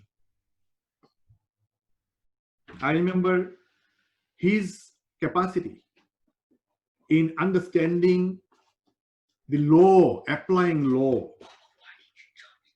He was one of the few, I think, the scholars and academics who were so well versed in procedural laws, Senate rules, university rules, syndicate rules, appointment rules. He not only will tell us what the rule is, but he will provide a proper interpretation.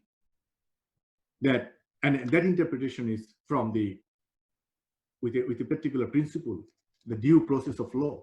Some of the principles he referred to are the principles of administrative law, procedural fairness. Procedural fairness, and I have never seen him doing any shortcut. That those are the things I have seen. Working long hours in his office. He was hardworking. He was so hardworking. But yet I have seen he was so busy with other things, yet he helped everyone.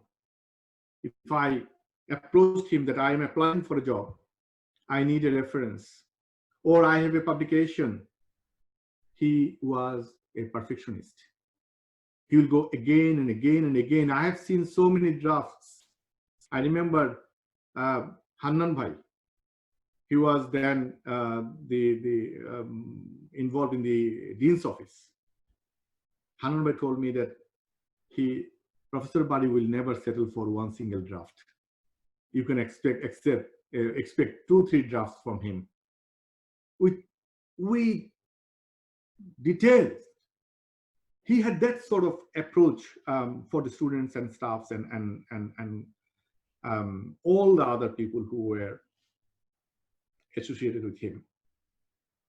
I wanted to mention a couple of other things, his personal attributes and personal quality. I think his leadership, Tani mentioned in the beginning, that here when we apply for promotion, we are judged by our leadership. Leadership in teaching, leadership in research, leadership in community service. These are the three pillars here in Australia that we are assessed by. His leadership in all those areas were outstanding. And now, after all these years, when I came to Australia and I started teaching in Australia, I was actually able to relate to some of his visions, which I could not even imagine that his vision was that far. And when here we follow that in order to reach that level, you need to develop this sort of skills. You need to develop this sort of leadership attributes. I can see that Dr. Bari, living in Bangladesh, he had those sort of leadership attributes, which we aspire here to achieve in Australia. And his engagement with the community, that provides his vision. He always went beyond the box. His approach was beyond the box.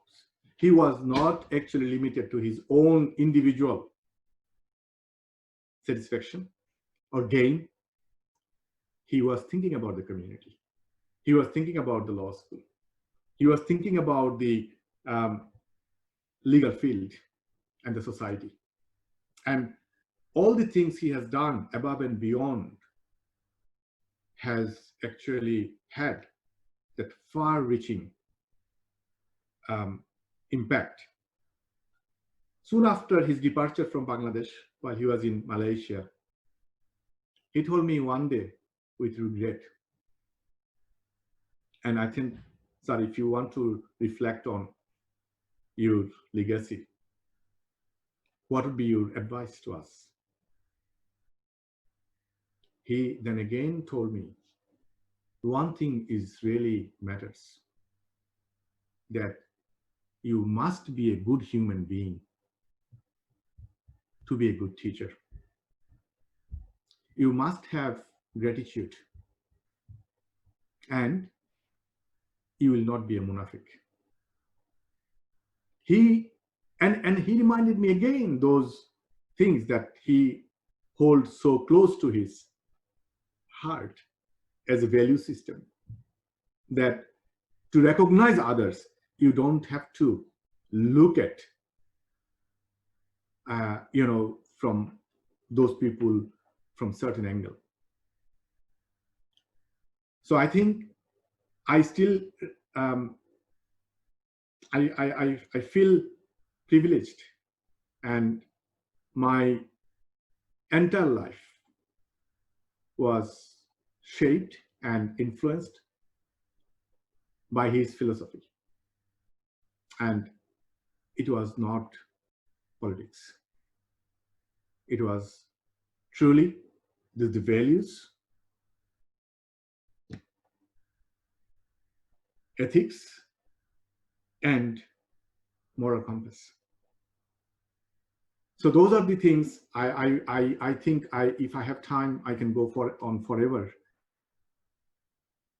But I would really like to thank, it's better late than never, the time you have organized, and it's all of our collective responsibility to disseminate his contribution and his attributes, his qualities as a leadership, and what he has actually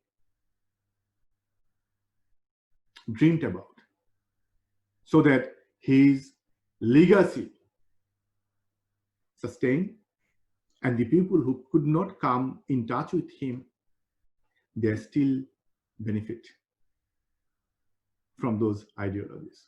I pay my deep respect again. I would like to also acknowledge those who came here today to share your views and your memories and reflections. And let's all pray for his peace in the hereafter. Thank you. Thank you very much, Anka, for those wonderful words, for so eloquently sharing your thoughts. এখন আমাদের মাঝে বক্তব্য রাখবেন ড্যাডির একজন অত্যন্ত স্নেহভাজন student doctor S M. Sulaiman, যিনি অস্ট্রেলিয়াতে অবস্থিত ইউনিভার্সিটি অফ উলংগের স্কুল অফ ল এর professor of law. and the head of postgraduate studies. Uncle, আপনি যদি একটু বলতেন।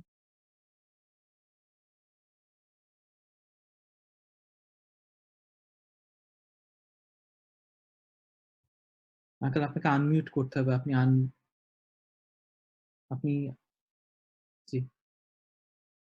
সভাপতি, উদ্বোধন প্রধান অতিথি, সম্মানিত অতিথিবৃন্দ ও সহকর্মী, আজকে সকল উপস্থিতি, আসসালামু আলাইকুম।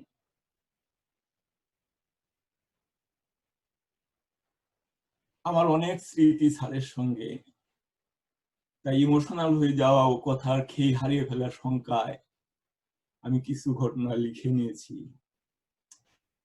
আজকে সবার সভাপতি তানিম আমাকে 20 মিনিট সময় দিয়েছেন এবং বলেছে বাংলায় কথা হবে।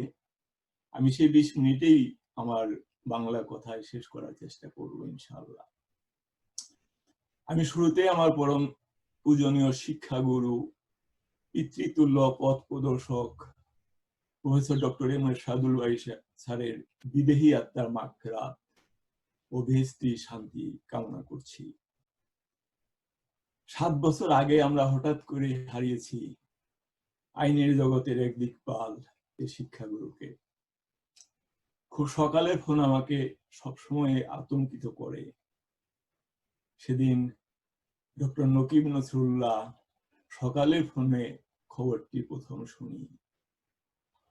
শুরুতে বিশ্বাস করতে পারিনি, কিন্তু শেষটায় বিশ্বাস করতেই হলো। মেনে নিতে হলো বিধাতার এই নিয়মকে, যদিও মনে নিতে পারিনি আজও।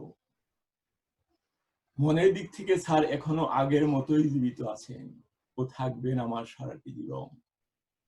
শুধু আমার নয়, আমার পরিবারের সদস্য, এমনকি সন্তানদ্বয়ের জীবৎকালেও। শুধু আমাকে নয়, আমার স্ত্রীকেও, যিনি স্যারের ছাত্রী ও আমার সহকর্মী, স্যার অনেক সহায়তা করেছেন। আজও প্রতিটি দিন স্যার আমার ভাবনায়, চিন্তায়, প্রত্যাশায় প্রাপ্তি, সর্বোপরি প্রার্থনায় উপস্থিত। একজন পথ প্রদর্শক, শিক্ষক, আশীর্বাদক, গভীর শ্রদ্ধা ও ভালোবাসার মানুষ হিসেবে। স্যারের পাণ্ডিত্য ও লিডারশিপ নিয়ে অনেক কথা হয়েছে, আরো অনেক বলা যাবে। আমার কথা আমি ফোকাস করব স্যার কিভাবে স্যারের ছাত্রদেরকে সাহায্য করেছেন, আমি একজন তার বেনিফিশিয়ারি হিসেবে। পরিচয়টা হয়েছিল আমার রাজশাহী বিশ্ববিদ্যালয়ের ছাত্র জীবনের অনেকটা শেষ দিকে, কারণ আমার বিশ্ববিদ্যালয়ের অধ্যয়নের শুরুর দিকে স্যার ছিলেন বিলেতে, তাই অনার্স ক্লাসে স্যারকে আমি পাইনি। প্রথম দেখাও কথা হয় অনার্স পরীক্ষার ফাইনাল ভাইভাতে। অচেনা হলেও স্যার সহায়তা করেছিলেন কমিটির সভাপতি হিসেবে আমাকে নার্ভাস না হয়ে স্বাভাবিক থাকতে প্রশ্নোত্তর কালে। স্যার বলেছিলেন, আমি তোমাকে চিনি না, তবে জানি অন্য শিক্ষকদের কাছ থেকে। আমি স্যারকে চিনেছিলাম আগেই, সদ্য প্রয়াত প্রফেসর শাহ আলম স্যারের এক বর্ণনা থেকে। শাহ আলম স্যার বলেছিলেন, আমরা শুনেছি আমাদের একজন সহকর্মী লন্ডন থেকে পিএইচডি করে ফিরেছেন এবং থাকেন আমাদের জুবিলি ভবনেই, কিন্তু ওনাকে দেখি না। পরে বিলেতি সাহেবের মতো চেহারা দেখে চিনতে পেরেছি ওনাকে। আমিও চিনেছিলাম স্যারকে ওই বর্ণনা থেকেই। তারপর অনার্স শেষ করে ঢাকা চলে যায় স্যারের পদাঙ্ক অনুসরণ করে এলএলএম করতে, মাত্র কয়েক মাসের ব্যবধানে। মূল সম্পর্কটা গড়ে ওঠে ঢাকাতেই। একদিকে 88-র বন্যা, আর অন্যদিকে তৎকালীন ঢাকা বিশ্ববিদ্যালয় আইন অনুষদের বৈরিতার মুখে আমরা 6 জন দুর্লমান এক অস্বস্তিকর অবস্থায় দিন কাটাচ্ছি, ভর্তি হতে পারবো কি পারবো না এই দুশ্চিন্তা নিয়ে। একদিকে স্যারের আন্তরিক চেষ্টা আমাদের পক্ষে, অন্যদিকে শক্তিশালী প্রতিপক্ষ আমাদের নেয়ার বিপক্ষে। দীর্ঘ প্রতীক্ষার পর স্যার প্রমাণ করে ছাড়লেন, ঢাকা রাজশাহী একই গোত্রভুক্ত, সে গোত্রটি যাই হোক। সে অসহায়ত্ববোধের কথা ভোলা সহজ হয়নি আজও। এইভাবে আমরা 6 জন ভর্তির সুযোগ পেলাম আল্লাহর অশেষ রহমতে এবং স্যারের প্রত্যক্ষ ও ঐকান্তিক সহযোগিতায়। স্যার না থাকলে আমাদের ইচ্ছেটা হয়তো অঙ্কুরেই ঝরে যেত। এভাবে আমাদের দিয়ে স্যার ঢাকার দুয়ার খুলেছিলেন রাজশাহীর জন্য। তাই তো আমাদের পরে আরো অনেকে ঢাকাতে যেতে পেরেছেন এলএলএম করতে। বিশ্বাস করি তারা সবাই কৃতজ্ঞ স্যারের কাছে। এক এক করে স্যার পুরনো আইন অনুষদকে নতুন করে গড়েছিলেন, অনেকটা ঢেলে সাজিয়েছিলেন, এতে সৌন্দর্য, সম্মান ও আভিজাত্য যোগ করে নানাভাবে। যেমন এলএলএম ইলেকটিভ সাবজেক্ট চালু এবং ক্রমান্বয়ে এর সংখ্যা বৃদ্ধি, নতুন পূর্ণকালীন অনেক শিক্ষক নিয়োগ, সেমিনার রুম সমৃদ্ধি, চোখে ধরা ফার্নিচার দিয়ে অফিস ডেকোরেশন এবং শিক্ষকদের ইন্টারকম যোগাযোগ ব্যবস্থা ইত্যাদি সংযোজন করে অতি অল্প সময়ের মধ্যে। বছর ঘুরতেই ঢাকা থেকে চলে গেলেও স্যারের সঙ্গে সম্পর্ক ক্রমান্বয়ে আরো ঘনিষ্ঠতা পায়। তা সবই স্যারের গুণে। প্রতিটি মানব জীবনী পাওয়া আর না পাওয়া দিয়ে গড়া। অন্য সবার ন্যায় আমারও তাই। আমার না পাওয়াগুলো সবই আমার একান্ত ব্যর্থতা, আর বড় পাওয়াগুলো সবকটিতেই রয়েছে স্যারের প্রত্যক্ষ ও পরোক্ষ সহায়তা, যা ছিল আমার জীবনের অনেক বড় আশীর্বাদ ও পাথেয়। যে কাজটি করে আল্লাহ আমাকে জীবিকা নির্বাহ করালেন এ দাবিত জীবনে, সেটি আমাকে স্যারই হাতে ধরিয়ে দিয়েছিলেন আমি চাওয়ারও আগে। শুধু তাই নয়, স্যার আমাকে কিংস কলেজ লন্ডনের ভর্তির অফার লেটার ব্যবস্থা করিয়ে দিয়েছিলেন। হঠাৎ একদিন ফর্ম হাতে দিয়ে পূরণ করার নির্দেশ দিলেন, ভর্তি ফর্ম। স্যার নিজে একটি রেফারেন্স লেটার দিলেন আর পাঠালেন প্রফেসর আমিনুদ্দিন স্যারের কাছে দ্বিতীয়টির জন্য।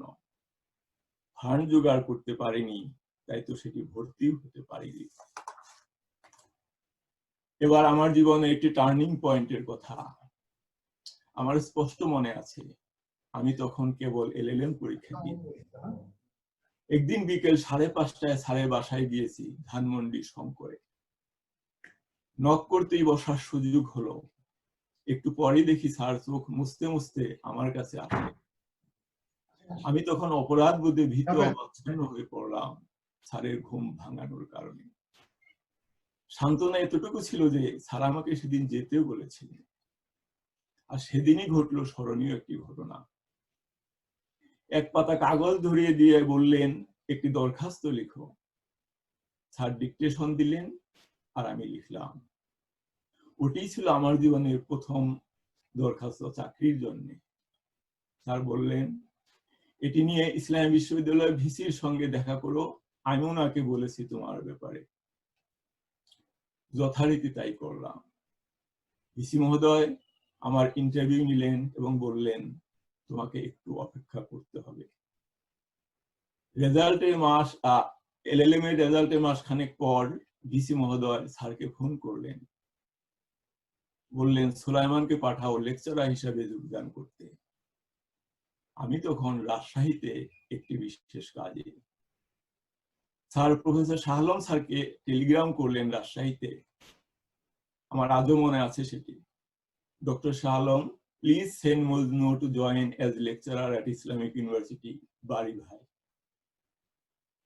সেটি দিয়েই কর্মজীবন শুরু। শেষটা কোথায় তা এখনো জানি না, কারণ রিজিক আল্লাহ থেকে নির্ধারিত। তবে জীবনের পথ চলায় এখন অনেক দূরে পরবাসে, যদিও স্যারের শেখানো কাজই এখনো আমার একমাত্র কর্ম। আমি কৃতজ্ঞ চিত্তে বিশ্বাস করি যে স্যারের স্নেহ, উৎসাহ, প্রেরণা, নির্দেশনা ও সহায়তা না পেলে আমার অনেক আশাই হয়তো দুরাশা হয়ে থাকতো আজও। এলএলএম পরীক্ষার পরপরই স্যার আমাকে একটি সিরিয়াস কাজ দিয়েছিলেন, গবেষণার উপাত্ত সংগ্রহ করা।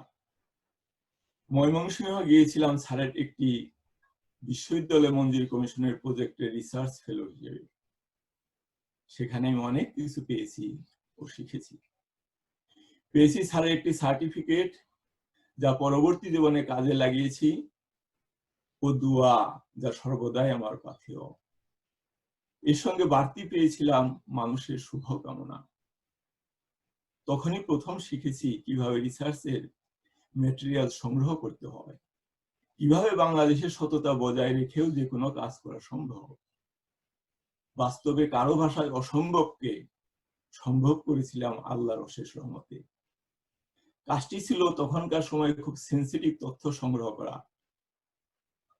গেলাম স্যারের নির্দেশিত এক ম্যাজিস্ট্রেটের কাছে সহায়তা চেয়ে ময়মনসিংহের সেই অফিসে। ম্যাজিস্ট্রেট সাহেব প্রথমে প্রশ্ন করলেন, কত টাকা এনেছেন? 1 টাকাও না। আমার উত্তর শুনে পরামর্শ দিলেন, ফিরে যান, টাকা ছাড়া এ কাজ করা অসম্ভব। স্যারকে ফোনে জানালাম, বললেন চলে এসো, আর কি করা যাবে। আমি হাল ছাড়লাম না। 3 দিন লেগেছিল শুধু জট খুলতে। একবার এনডিসি অফিস, সেখান থেকে এডিসি অফিস, আবার ডিসি অফিস। শেষমেশ ডিসি সাহেবকে আমি বললাম যে এই ফাইলগুলো কোথাও না কোথাও আপনার অফিসে থাকতে হবে, এগুলো তো হারিয়ে যায়নি, সবাই কেন না করছে যে আমরা জানি না। আমার এই মনোবল দেখে উনি ফোন দিলেন যে অফিসটিতে আমি সর্বপ্রথম গিয়েছিলাম। ডিসির ফোনে স্বীকার করলেন, জি সেগুলো আমার কাছে আমার অফিসে আছে। তখন আমাকে দেওয়ার শর্ত দিলেন, একটি শর্ত, ফটোকপি করতে বাইরে নেওয়া যাবে না। তাই আরো 3 দিন ধরে হাতে কপি করে নিয়ে আসলাম। আসার সময় ওই অফিসেরই একজন সহকারী আমার সততা ও সাহস দেখে বললেন, ভাই আপনি অনেক বড় হবেন। বড় কিছু হতে পারিনি, এটি সত্য, তবে জীবনে যা চেয়েছিলাম আল্লাহ দিয়েছেন তার চেয়ে অনেক বেশি, আলহামদুলিল্লাহ।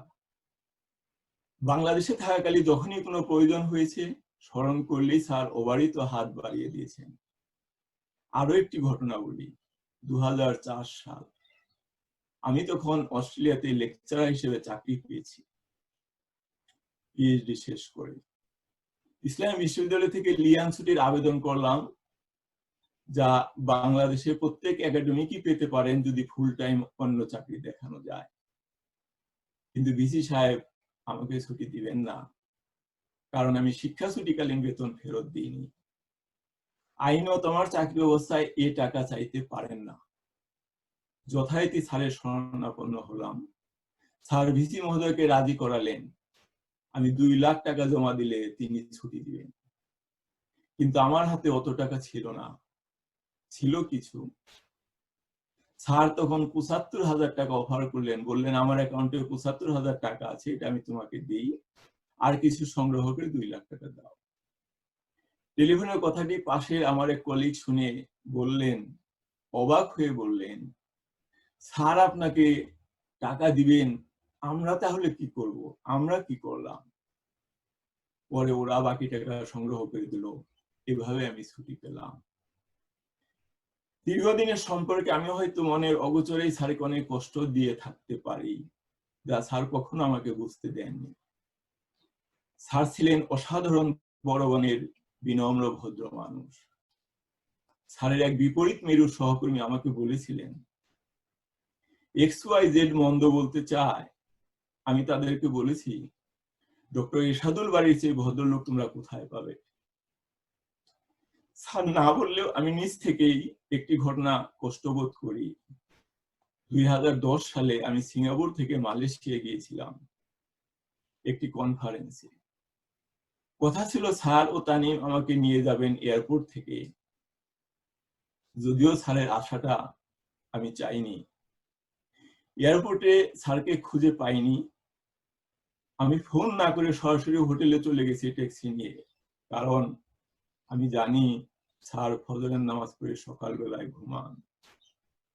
তাই আমি ওনাকে বিব্রত করতে চাইনি। পরে হোটেল থেকে ফোন করে জানলাম স্যার গিয়েছিলেন একটু দেরিতে। এরপর তখনই বাসায় গিয়ে ক্ষমা চাইলাম। আমার জন্য ভাবির রান্না অনেক খাবার খেয়ে আসলাম। আবারও যেতে বলেছিলেন স্যার ভাবি দুজনেই, কিন্তু যেতে পারিনি। এটি ছিল শুরুতে। মালয়েশিয়া যাওয়া, এবং শেষটাও আবারও স্যারকে কষ্ট দিলাম। আসার আগে ফোনে স্যারকে না পেয়ে পরে অস্ট্রেলিয়া ফিরে এসে ফোন দিলে স্যার বললেন, তুমি আমাকে না বলে চলে যেতে পারো, এটা আমি ভাবতেও পারি না। অন্যায়টা বুঝতে পারলাম আর আমার চেষ্টার কথা জানালাম। 3 বার ফোন দিয়েছিলাম মালয়েশিয়া ত্যাগের আগে, স্যার ফোনটি ধরেননি বিশেষ কারণে।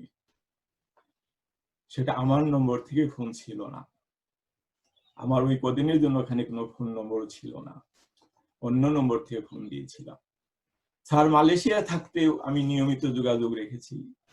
আমার পরম সৌভাগ্য যে স্যার যখনই সিডনি এসেছেন উনি আমার বাড়িতে এসেছেন। টেলিফোনে নিয়মিত কথা হতো সারা দেশ। স্যারের সঙ্গে দেশে বা মালয়েশিয়া থাকতে স্যারের শেষ কথাটি ছিল, তুমি তানিমকে দেখে রেখো। সে কথাই যে শেষ কথা হবে সেটি কোনোভাবেই ভাবনায় আসেনি। কতটুকু দেখতে পারছি আমি জানি না, তবে আমি তানিমকে ভুলিনি। ও সবচেয়ে কষ্টের সময়টি ছিল সম্ভবত স্যারের চলে যাওয়ার খবরের সময়টি। তানিম তখন সিডনিতে। ছুটে গিয়েছিলাম ওর কাছে তখনই, যদিও আমি নিজেও ছিলাম যথেষ্ট মর্মাহত। সিডনি থেকে মালয়েশিয়া গিয়ে বিমানবন্দরে ভাবির হাতে ওকে বুঝিয়ে দিয়ে ওখান থেকেই ফেরত এসেছিলাম সিডনিতে। দেশে যেতে পারিনি আমার এখানকার দায়িত্বের কারণে, তবে টেলিফোনে জানাজায় শরীক হয়েছিলাম তানিমের সাথে এবং পরে কবর জিয়ারত করেছি। আর তানিমকে আল্লাহ অনেক সম্মান ও সমৃদ্ধির মধ্যে রেখেছেন এখানে, ওর যোগ্যতা, ওর চেষ্টা ও বাবা মার নেক কর্মের বদৌলতে। কবর জিয়ারত করতে ভাবলাম আমার এলেমহীন আবেগ দিয়ে মোনাজাত করার চেয়ে এলেম আর আবেগ দুটো মিশিয়েই করাটা ভালো। তাই নিয়ে গেলাম আমার এক মাদ্রাসা থেকে টাইটেল পাস ছাত্রকে।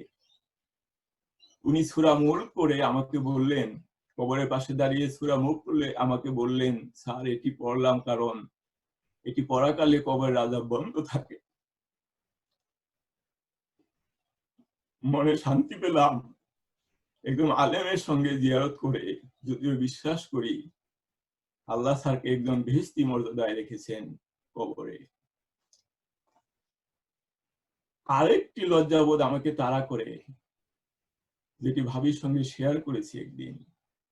আমি কুষ্টিয়া থেকে ঢাকা গেছি কোনো কাজে, স্যারের সঙ্গে ডিন অফিসে দেখা করতে গেছি। স্যার নিয়ে গেলেন বাসায়, হোস্ট বাংলোতে, লাঞ্চ করালেন। সবচেয়ে বড় মাছের পিসটি স্যার আমাকে তুলে দিলেন। পরে মনে হলো ওটি হয়তো স্যারের জন্যই ছিল, আমি বোকার মতো খেয়ে ফেললাম। রবীন্দ্রনাথ বলেছিলেন, সম্পর্ক রক্তের বাঁধনে নয়, অনুভূতির বাঁধনে তৈরি হয়। যেখানে অনুভূতির বাঁধন থাকে সেখানে পরও আপন হয়, আর যেখানে অনুভূতির বাঁধন থাকে না সেখানে আপনও পর হয়। কথাটি একেবারেই সত্য। স্যারের জীবদ্দশায় যখন যেভাবে থাকি মন থেকে কাছে থাকার চেষ্টা করেছি। স্যার চলে যাওয়ার পরও এখনো কাছেই ভাবি স্যারকে। এটি কেবল অনুভূতির জোরে। এই অনুভূতির জোর আমি আমৃত্য সযত্নে লালন করব। আল্লাহ স্যারকে জান্নাতুল ফেরদৌস দান করুন, আমিন। সবাইকে ধন্যবাদ।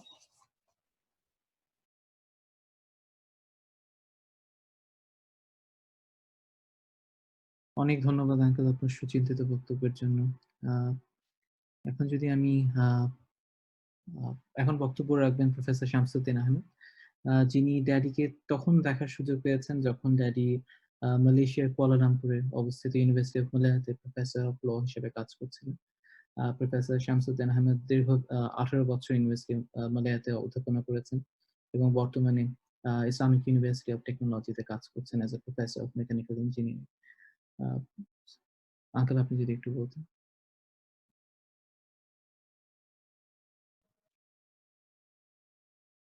من الشيطان الرجيم Bismillahirrahmanirrahim. Alhamdulillah Rabbil Alamin. Assalatu wassalamu ala ashrafil anbiya sayyidil mursalin. অত্যন্ত শ্রদ্ধেয় মাননীয় ব্যারিস্টার মোহাম্মদ জামিরুদ্দিন সরকার এবং শ্রদ্ধেয় প্রফেসর মোহাম্মদ আব্দুর রাজ্জাক ও আপনারা যারা আছেন, আসসালামু আলাইকুম রহমতুল্লাহ। সো আমি প্রফেসর এরশাদুল বারী স্যারকে আগে থেকে চিনতাম অথবা জানতাম, কিন্তু I came close to him at University of Malaya. Indeed, I joined University of Malaya in 1997, and Ershadul Bari sir joined in 2009, if I am not mistaken.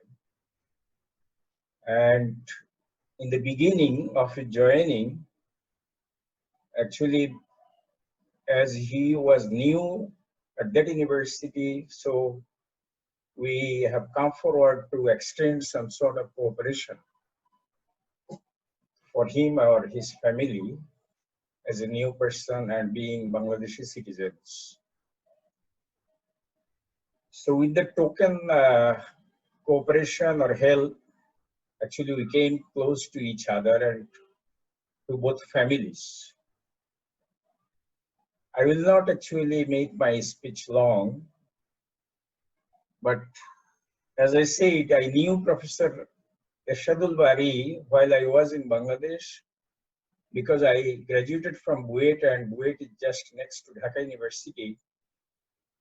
And Professor Ershadul Bari was very much known to the nation much before we were the students of BUET, because he used to come to television and other media to speak on laws and other issues, ethical, moral, etc., issues, etc. So he was very much known to me. And his father-in-law or his close relative, Professor Muhammad Bari, was also a favorite person to me, because I used to listen to him also through this media. So that's how I loved both of them. However, I will speak a little bit about Professor Ershadul Bari and during his time at University of Malaya. When he joined as a professor in law faculty, which was again next to my engineering faculty at University of Malaya, and sometimes I visited his office, etc.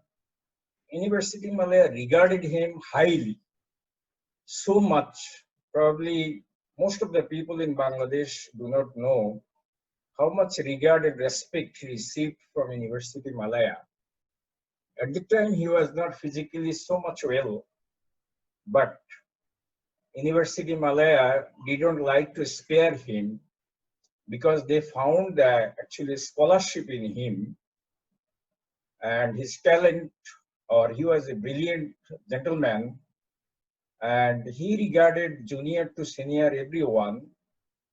So University of Malaya loved him, liked him, respected him so much.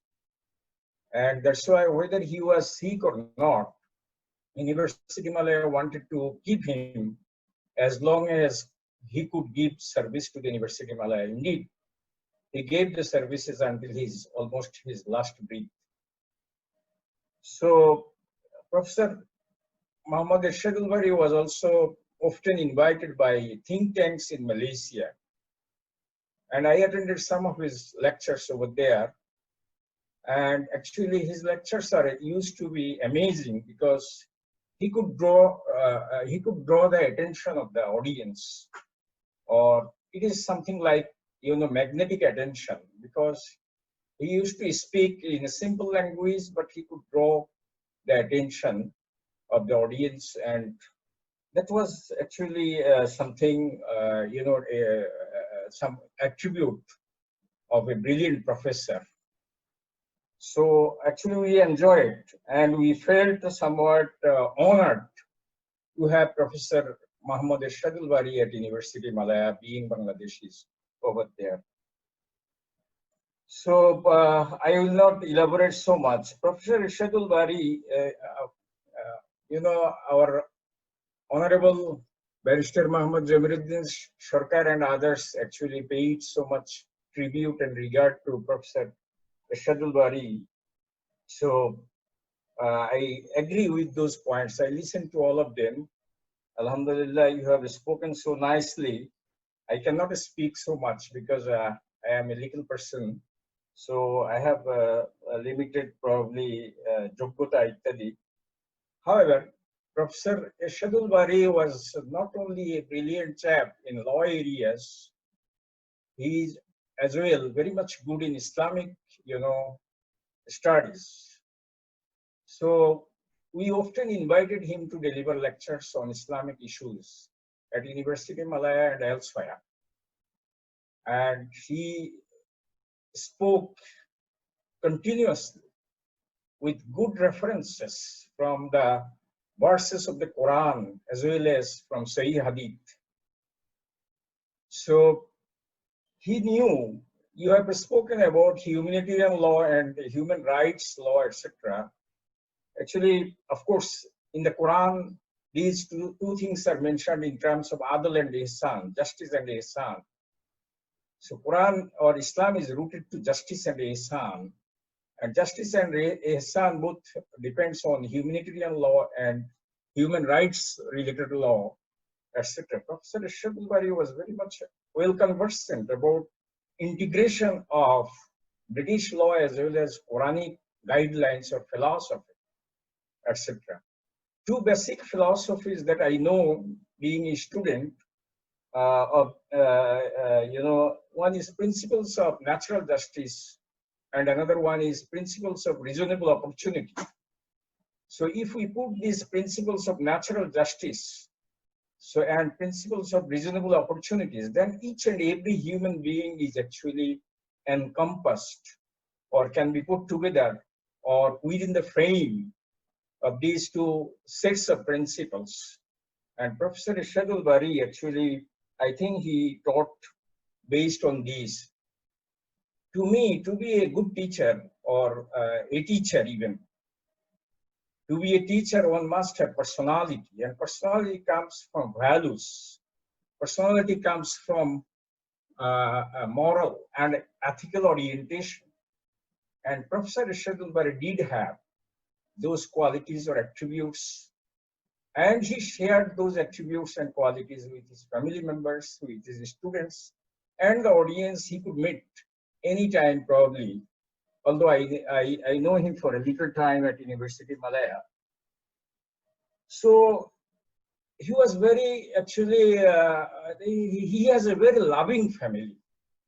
He has a very loving family. This is a unique family we have observed. He himself, his wife, his son and daughter, they are so much, feeling for each other. And we often discuss about them that this is one of the unique families that we have seen. Each member of the family is feeling for another member so much, and they used to have food or whatever it is together. They don't like to miss each other, and this is wonderful indeed. So Professor Ershadul Bari, আপনারা বলেছেন যে উনি একটু খাওয়া ভালোবাসতেন। আসলে উনি ভোজন রসিক ছিলেন বলে আমরা জানি, এবং উনি খেতেও ভালোবাসতেন, খাওয়াতেও ভালোবাসতেন। আমাদেরকে প্রায় দাওয়াত করতেন উনি, আমরা খানিকটা দাওয়াত করতাম মাঝে মাঝে, এবং দাওয়াত করলে উনি প্রচুর আয়োজন করতেন। এবং আয়োজনের মধ্যে একটা ছিল, কোয়ালিটি আয়োজন, যেটা ওনার টিচিং এ যে কোয়ালিটি ছিল, ওনার খাবার আয়োজনেরও সেই কোয়ালিটি উনি মেনটেন করতেন। এবং উনি আমাদেরকে খুব আদর আপ্যায়ন করে খাওয়াতেন গেলে, এবং উনি আমাদেরকে গাইড করতেন যে এটা নাও, ওটা নাও, ওটা খাও, ইত্যাদি ইত্যাদি। সুতরাং আমাদের খুব ভালো লাগতো ওনার সাথে মিশে। আমি মনে করি যে প্রফেসর এরশাদুল বারী, উনি প্রফেশনের উপর উনার যে দায়িত্ব ছিল, অথবা উনি দায়িত্বেও অনেক অধিক করেছেন, উনি সমাজের উপর ওনার যে দায়িত্ব ছিল, যেটা আমাদের একজন অস্ট্রেলিয়ান প্রফেসর একটু আগে বলেছেন, যে একজন টিচারকে অস্ট্রেলিয়ায় 3টা কোয়ালিটি দিয়ে মেজার করা হয়: টিচিং, রিসার্চ এবং সোশ্যাল সার্ভিসেস। এবং এটা মালয়েশিয়াতেও করা হয়ে থাকে ইউনিভার্সিটি গুলোতে। সো প্রফেসর এরশাদুল বারী সাহেবের মধ্যে এই তিনটা কোয়ালিটিস আমার মনে হয় যথেষ্ট স্পষ্ট ছিল। যারা ওনার খুব কাছাকাছি এসেছেন তারা বোধহয় অনুধাবন করেছেন, আমরা অন্তত অনুধাবন করেছি অল্প সময়ের মধ্যে হলেও। আমরা ওনাকে যখন দেখেছিলাম তখন ওনাকে একটু স্বাস্থ্য নিয়ে বেশ ভাবনায় থাকতে হতো, ওনার পরিবারের সবাইকেও থাকতে হতো, সেটা আমরা লক্ষ্য করেছি। আমরা খানিকটা ওনাকে সিম্পেথি যতটুকু জানাতে সুযোগ ছিল আমরা চেষ্টা করেছি, এবং শেষ মুহূর্তটুকু উনি আমাদেরকে আপন হিসেবেই নিয়েছেন। হয়তোবা এটা ওনার স্বভাবসিদ্ধ বিষয়টাই ছিল যে আমরা ওনার অনেক আপনজন হয়ে গিয়েছিলাম, যে কারণে বোধ করি তানিম আমাকে স্মরণ করেছে। আসলে প্রফেসর এরশাদুল সাহেবের উপরে, এরশাদুল বারী সাহেবের উপরে বলার যোগ্যতা আমার খুব একটা নেই, তো তানিম আমাকে স্মরণ করেছেন বলে হয় ওই কারণেই যে যেহেতু আমরা ওনার শেষ সময়টুকুতে ওনার খুব কাছাকাছি ছিলাম। আমি বাংলাদেশের যে এডুকেশনে যে ট্যালেন্টেড পিপলের কন্ট্রিবিউশন ইত্যাদি যে কত প্রয়োজন, এটা খুব গভীরভাবে অনুধাবন করি, এবং তখন প্রফেসর এরশাদুল বারী সাহেবের কথা মনে পড়ে। এবং আমার মনে হয় উনি ঢাকা ইউনিভার্সিটি, রাজশাহী ইউনিভার্সিটি শুধু নয়, বাংলাদেশের ল এডুকেশনের উপর পার্টিকুলারলি উনার একটা লেগাসি রেখে গিয়েছেন এখন। কিন্তু এটা কি ধারণ করছে কিনা জানি না আমি। উনি যে লেগাসিটা রেখে গিয়েছেন যে ল এর জন্য পরিশ্রম করা এবং জনগণের কাছে লকে নিয়ে যাওয়া, এবং গরিব মানুষের কাছে, শ্রমিক মানুষের কাছে, সবার কাছে ল এর বার্তা পৌঁছে দেয়া যে তার একটা রাইট আছে, সেই রাইটটুকু, এই জিনিসটুকু আমার মনে হয় খুব প্রয়োজন, যে কোনো দেশের জন্য প্রয়োজন, বাংলাদেশের জন্য প্রয়োজন খুব করে, যে মানুষকে সচেতন করে তোলা যে তোমার একটা অধিকার আছে, রাষ্ট্রের একজন নাগরিক হিসেবে তুমি আইনের দ্বারস্থ হতে পারো। বাংলাদেশে আমরা একটা কথা প্রায় শুনি এবং মাঝে মাঝে প্রায় পত্রিকায়ও দেখি যে যারা ল করতে যান, একটু কোর্টে যান, এখানে ওখানে যান, তারা নানা রকম ভোগান্তির শিকার হন, চরম ভোগান্তির শিকার হন, কোনো ফাইলে নড়াচড় করে না অতিরিক্ত কিছু না দিলে। গরিব মানুষের জন্য, অথবা যারা সামওয়াট এবল, তাদেরও লয়ের ওখানে গেলে মনে করতে হবে যে একটা কেস করলাম তো 10 বছরে এটা শুরু হবে না, 15 বছরও শুরু হবে না। আমাদের এইগুলা বোধহয় ভাববার দরকার রয়েছে। এবং প্রফেসর এরশাদুল বারী থাকলে হয়তো আজকে এই কথাগুলো বলতেন যে মানুষ কেন লয়ের কাছে গিয়ে, কোর্টের কাছে গিয়ে, অথবা বিভিন্ন লোকজনের কাছে এত হয়রানির শিকার হবে। মানুষ তো ল পাওয়া এটা তার জন্মগত অধিকার, যে আইনের সেবা পাওয়াটা। আমার মনে হয় এই বিষয়টা আমাদের যারা অত্যন্ত শ্রদ্ধেয় ব্যারিস্টার জমিরুদ্দিন স্যারকে আমি বলবো যে বিষয়টা কোথায় উপস্থাপন ভালোভাবে হওয়া উচিত, যে মানুষ যেন একটা ছোটখাটো বিচারের জন্য 5-10 বছর অপেক্ষা করতে না হয়, বিচারটা যেন দ্রুত শুরু হয়, এবং সেই বিচারটা যেন পাওয়ার ক্ষেত্রে তাকে বহু লোককে বহু ঘাটে তাকে তদবির না করতে হয়, সেই যেন তার কোনো একটা অ্যাক্সেস যেন থাকে কোথাও ভালোভাবে, অ্যাক্সেসটা দিয়ে সে সেবাটা নিতে পারে, এটা যেন চিন্তা ভাবনা করা হয়। তাহলে বোধ করি প্রফেসর এরশাদুল বারী সাহেবের উপরও কিছুটা কৃতজ্ঞতা প্রকাশ করা হবে, এবং উনি যে লেগাসি রেখে গিয়েছেন বলে আমরা এখন বলেছি, সেই লেগাসির কিছুটা দায়শোধ আমার মনে হবে। আর সেটা প্রমোট করার জন্য সুযোগ তো রয়েছে আমাদের এবং আমাদের পরের জেনারেশন গুলো। আমি মনে করি যে উনার সম্পর্কে মানুষকে জানানো প্রয়োজন রয়েছে। উনি যে অত্যন্ত পরিশ্রমী একজন মানুষ ছিলেন, উনি যে ডেডিকেটেড ওয়েতে প্রফেশনকে দেখেছেন, এটা প্রফেশনালদের জানা উচিত, শিক্ষকদের জানা উচিত যে শিক্ষকতায় আসতে গেলেও পরিশ্রম করতে হয় প্রচুর, এট দ্য সেম টাইম তার এথিক্যাল মরাল ভ্যালুস আর একটা পার্সোনালিটি মেনটেন করতে হয়। আমি খুব গুরুত্ব সহকারে বলবো আমাদের বিশেষ করে প্রধান অতিথি ব্যারিস্টার জমিরুদ্দিন স্যারকে, যে শিক্ষকতায় কোনো লোককে নিয়োগ দিতে গেলে শুধুমাত্র তার রেজাল্ট দিয়ে নিয়োগ দেওয়া উচিত নয়, তার পার্সোনালিটি, ব্যক্তিত্বটা দেখা উচিত, যে আসলে সে শিখাতে পারবে কিনা ক্লাসে, সে ছাত্রদের কিছু লেসন দিতে পারবে কিনা। শিক্ষকতা ম্যাথমেটিক্স শিখানোর শিক্ষকতা নয়, ল শিখানোর শিক্ষকতা নয়, শিক্ষকতার মধ্যে বিহেভিয়ারটা ভেরি ইম্পর্টেন্ট। কারণ স্টুডেন্টরা সবসময় টিচারকে ইমিটেট করার চেষ্টা করে তার বাস্তব জীবনে। সেজন্য শিক্ষক নিয়োগের ক্ষেত্রে শুধুমাত্র একটা ইন্টারভিউ দিয়ে শিক্ষক নিয়োগ উচিত নয়, তার কিছু সাইকোলজিক্যাল এবং অন্যান্য টেস্টও নেওয়া উচিত বলে আমি মনে করি, যাতে সঠিক লোকটি শিক্ষকতায় আসতে পারে। তাহলে পরে প্রফেসর এরশাদুল বারীর মতো শিক্ষক হয়তো আমরা ইনশাল্লাহ বিভিন্ন জায়গায় আরো পাবো। আমি আমার বক্তব্য লম্বা না করে প্রফেসর এরশাদুল বারী স্যারের জন্য দোয়া রেখে এবং তার সুন্দর এই পরিবারের জন্য দোয়া রেখে এরশাদুল বারী স্যারকে আল্লাহ জান্নাতুল ফেরদৌস নসিব করেন, এবং আজকে আমরা এখানে যারা শরীক হয়েছি আমাদের সবাইকে আল্লাহ সুবহানাহু ওয়া তাআলা আমাদের বুঝার তৌফিক দান করুন, এবং আমরা যেন আল্লাহ সুবহানাহু ওয়া তাআলার প্রিয় বান্দা হিসেবে বাঁচতে পারি, এবং প্রফেসর এরশাদুল বারী স্যারের মতো যেন আমাদেরও কেউ স্মরণ করে সেই রকম একটা ভূমিকা আমরা রেখে যেতে পারি। সেই কথা বলেই আমি আমার সংক্ষিপ্ত কথা শেষ করলাম। অশেষ ধন্যবাদ, মোবারকবাদ সবাইকে। আসসালামু আলাইকুম ওয়া রাহমাতুল্লাহি ওয়া বারাকাতুহু। থ্যাংক ইউ আঙ্কেল আপনার চমৎকার বক্তব্যের জন্য। এখন আমি আমন্ত্রণ জানাবো ট্যারির একজন অত্যন্ত স্নেহভাজন ছাত্র, বাংলাদেশ সুপ্রিম কোর্টের একজন স্বনামধন্য আইনজীবী অ্যাডভোকেট মোহাম্মদ আসাদুজ্জামানকে কিছু বলার জন্য। হ্যাঁ, আপনি যদি কিছু বলতেন। আসসালামু আলাইকুম।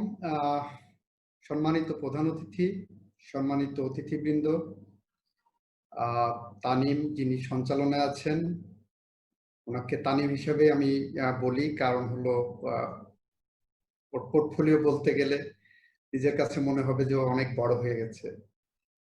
আজকে এরশাদুল বারী স্যারের ৭ম মৃত্যুবার্ষিকী সামনে দাঁড়িয়ে ওনার সম্পর্কে আমাদের সম্মানিত প্রধান অতিথি সর্বজনাব ব্যারিস্টার জমিরুদ্দিন সরকার, যিনি বাংলাদেশের স্পিকার ছিলেন, শিক্ষামন্ত্রী ছিলেন, বাংলাদেশ অস্থায়ী রাষ্ট্রপতি ছিলেন, উনি সহ ওনার সহযোগী সহকর্মীবৃন্দ, ওনার স্নেহভাজন ছাত্ররা যেসব কথা বলে গেছেন, এগুলোর পরে আমার বলার খুব বেশি কিছু থাকে না। তবে আমি অন্য একটি অ্যাঙ্গেল থেকে বলবো।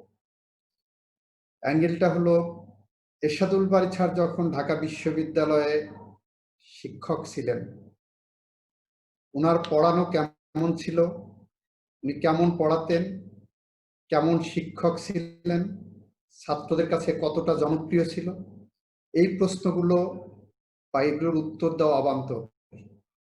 কারণ ওনার যারা সবচেয়ে বড় শত্রু ছিলেন তারাও বলতে পারবেন না এরশাদুল বারী শিক্ষক হিসেবে খারাপ ছিলেন। এরশাদুল বারী স্যারের ব্যক্তি চরিত্র এবং ব্যক্তি এরশাদুল বারী সম্পর্কে কোন রকম খুঁত ধরার কোনো ক্ষমতা কোনো ছাত্র বা সহকর্মীদের ছিল না।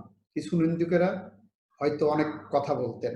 আমি দুইটি কথার অবতারণা করে আমার বক্তৃতা হয়তো শেষ করতে পারবো। একটি হলো, আমি ছাত্র রাজনীতি করতাম।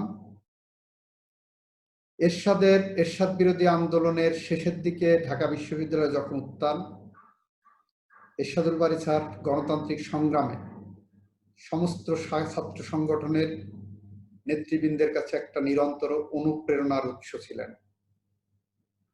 উনি ওনার একাডেমিক জায়গা থেকেই গণতান্ত্রিক সংগ্রামকে উনি সমর্থন জুগিয়েছেন। এটাকে যদি আমি অন্যভাবে বলি, সাংবিধানিক শাসন ব্যবস্থা রেস্টোর করার জন্য এরশাদুল বারী স্যারের সংগ্রাম এবং ওনার মেধা প্রজ্ঞা ছিল আমাদের কাছে একটা অনুপ্রেরণার উৎস। ঠিক একইভাবে 2001 সালে আমি তখন অলরেডি আইনজীবী হিসাবে হাইকোর্টের প্র্যাকটিস শুরু করেছি। আপনারা জানেন, তৎকালীন আওয়ামী লীগ সরকার 1996 সালে ক্ষমতা আসার পরে 2001 সালে জননিরাপত্তা আইন নামে একটি আইন পাশ করেছিলেন, যে আইনে একটা বিধান রাখা হয়েছিল যে আদালতের কাছে গেলে আদালত তাকে জামিন দিতে পারবে না। এই অবস্থায় আমাদের ওই সময়ে তখনও বিএনপি ক্ষমতার বাইরে, আওয়ামী লীগ ক্ষমতায়, পরবর্তীতে পররাষ্ট্রমন্ত্রী হন জনাব মোর্শেদ খান। তার এবং তার ছেলে ফয়সাল মোর্শেদ খানের বিরুদ্ধে একটা মামলা হলো জননিরাপত্তা আইনে। সেই মামলায় অভিযোগ হলো তারা চট্টগ্রামে একটি দোকান থেকে, ইফতারের দোকান থেকে চুরি করেছে 2000 টাকা। It was the allegation against Morshed Khan and Faisal Morshed Khan FIR. মামলা নিয়ে আমরা আসছি আমাদের চেম্বারে, আমার শ্রদ্ধেয় senior barrister Syed Ishtiaq Ahmed, doctor Kamal Hossain সাহেব, খন্দকার মাহবুবউদ্দিন আহমেদ সাহেব সহ অনেক সিনিয়র লয়াররা যখন মিটিংয়ে বসছেন যে আমরা এইটার থেকে কিভাবে উত্তরণে যাব, এন্টিসিউটের বেল নিতে গেলে আদালতের রিয়াকশন কি হবে, অনেক একাডেমিক ডিসকাশন হচ্ছে, মিটিং অসমাপ্ত থাকলো। পরের দিন সকালবেলা আমাকে একটা ল ডিপার্টমেন্টে একটা ছেলেকে দিয়ে হাইকোর্টে মেসেজ পাঠিয়েছেন এরশাদুল বারী স্যার যে আমি যাতে দেখা করি। তো আমি কোর্ট থেকে বের হয়ে স্যারের সাথে দেখা করলাম। উনি বললেন, বাবা আর্টিকেল 33টা একটু দেখো। 33তে বলা হচ্ছে সংবিধানের যে কোনো ব্যক্তিকে অ্যারেস্ট করার পরে 24 ঘন্টার মধ্যে আদালতের সামনে হাজির করতে হবে। এর অর্থ হলো, অন্তর্নিহিত অর্থ হলো আদালত তার অ্যারেস্টটা জাস্টিফায়েবল কিনা, মামলাটা কতটুকু মেরিট আছে, এগুলো বিবেচনা করে আদালত হয় তাকে ইনহারেন্ট মিনিং অফ আর্টিকেল 33। ফলে যেটা দিয়ে, যে আইন দিয়ে মানুষের জামিনের অধিকারকে খর্ব করা হয়েছে, এই আইনটা আর্টিকেল 33 সুস্পষ্ট লঙ্ঘন। এই লাইনে তোমাদের আর্গুমেন্ট ডেভেলপ করতে পারো কিনা সিনিয়র লয়ারদের সাথে কথা বলো। ওই দিন সন্ধ্যায় যথারীতি আমি যখন এই বিষয়টা অবতারণা করলাম, প্রত্যেকটা সিনিয়র লয়ার এক বাক্যে জাস্ট যেমন বলে যে ইউরেকা পেয়েছি, ঠিক একইভাবে রিয়াকশন করে বললেন যে হ্যাঁ এটা একটা ভালো লেন্থ অফ আর্গুমেন্ট হবে, ভালো লাইন অফ আর্গুমেন্ট হবে, আমরা এই লাইনে মামলাটা ডেভেলপ করি। তারপরে যে ওই মামলা ডেভেলপ করে আইনটাকে চ্যালেঞ্জ করলাম, মোর্শেদ খান সাহেব জামিন পেলেন, আইন অবৈধ ডিক্লেয়ার হলো টু সাম এক্সটেন্ট, সব মিলে। তো শুধু এটা বলছি যে এইটা শুধুমাত্র উনি কনস্টিটিউশনাল এক্সপার্ট তা না, উনি একটি গণতান্ত্রিক সংগ্রামে একটি সাংবিধানিক কাঠামোকে শক্তিশালী করার জন্য ওনার নিরন্তর প্রচেষ্টা ছিল। এটাই ছিলেন এরশাদুল বারী স্যার।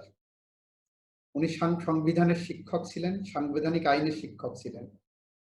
আজকে বাংলাদেশে অনেকেই মনে করেন যে এই পরিস্থিতিতে এরশাদুল বারী স্যারদের মতো মানুষ থাকলে কি প্রতিক্রিয়া হতো। বাংলাদেশে কি আদৌ সাংবিধানিক শাসন ব্যবস্থা আছে? বাংলাদেশে কি গণতন্ত্র আছে? বাংলাদেশে কি আইনের শাসন আছে? বাংলাদেশে কি ন্যায় বিচার পরাভূত নয়? বাংলাদেশে কি বিচার ব্যবস্থা স্বাধীনভাবে কাজ করতে পারছেন? এই প্রশ্নগুলো কিন্তু কোন রাজনৈতিক প্রশ্ন না।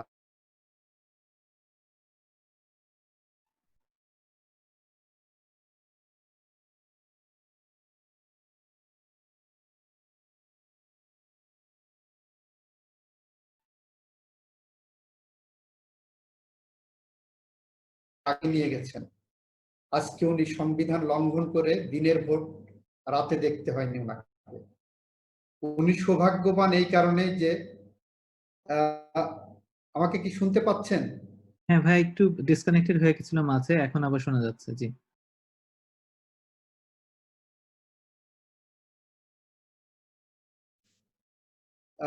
আমার মনে হয় ডিসকানেক্ট হয়ে গিয়েছিলাম। জি ভাই, এখন আবার ঠিক আছে। জি, এরশাদুল বারী স্যার সৌভাগ্যবান যে ওনাকে সংবিধানের লঙ্ঘন দেখে যেতে হয়নি, দিনের ভোট রাতে হয় এটা দেখে যেতে হয়নি, ন্যায় বিচার প্রতি পদে পদে পরাভূত হয় এটা দেখে যেতে হয়নি, মিথ্যা মামলা কিভাবে সাজানো হয় সাংবিধানিক শাসন ব্যবস্থাকে উপেক্ষা করে সেটা দেখে যেতে হয়নি, জনগণের শাসন কিভাবে পদদলিত করতে হয় এইটা এরশাদুল বারী স্যারকে দেখে যেতে হয়নি। উনি সৌভাগ্যবান, উনি আল্লাহর খাস বান্দা ছিলেন, আল্লাহ ওনাকে আগে নিয়ে গেছেন।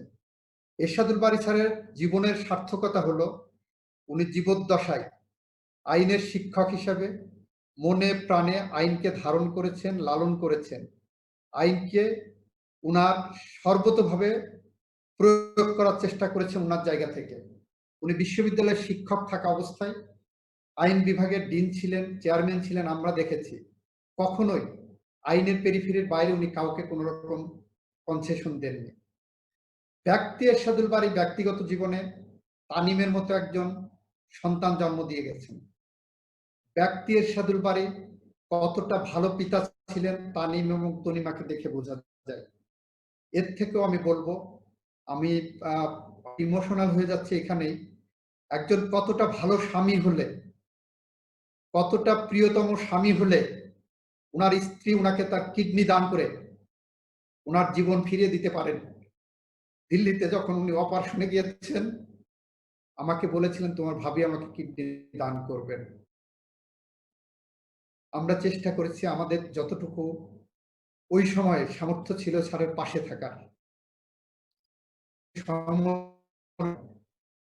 এরশাদুল বারী সাহেব স্বাভাবিকভাবে সর্বতোভাবে একজন ভালো মানুষ ছিলেন, ভালো শিক্ষক ছিলেন।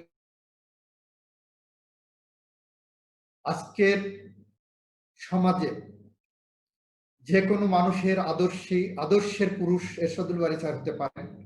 আমাদের আদর্শের মানুষ, আমাদের স্বপ্নের মানুষ,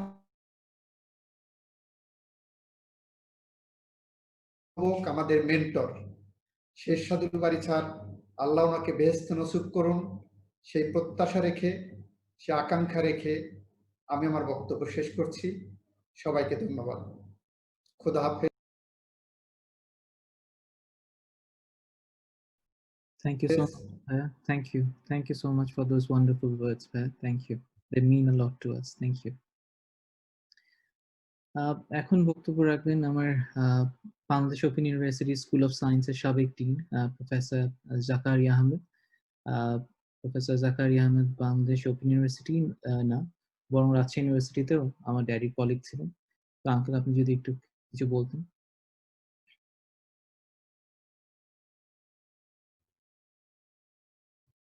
আপনাকে আনমিউট করতে হবে আঙ্কেল, আপনি এখনো মিউটে আছেন।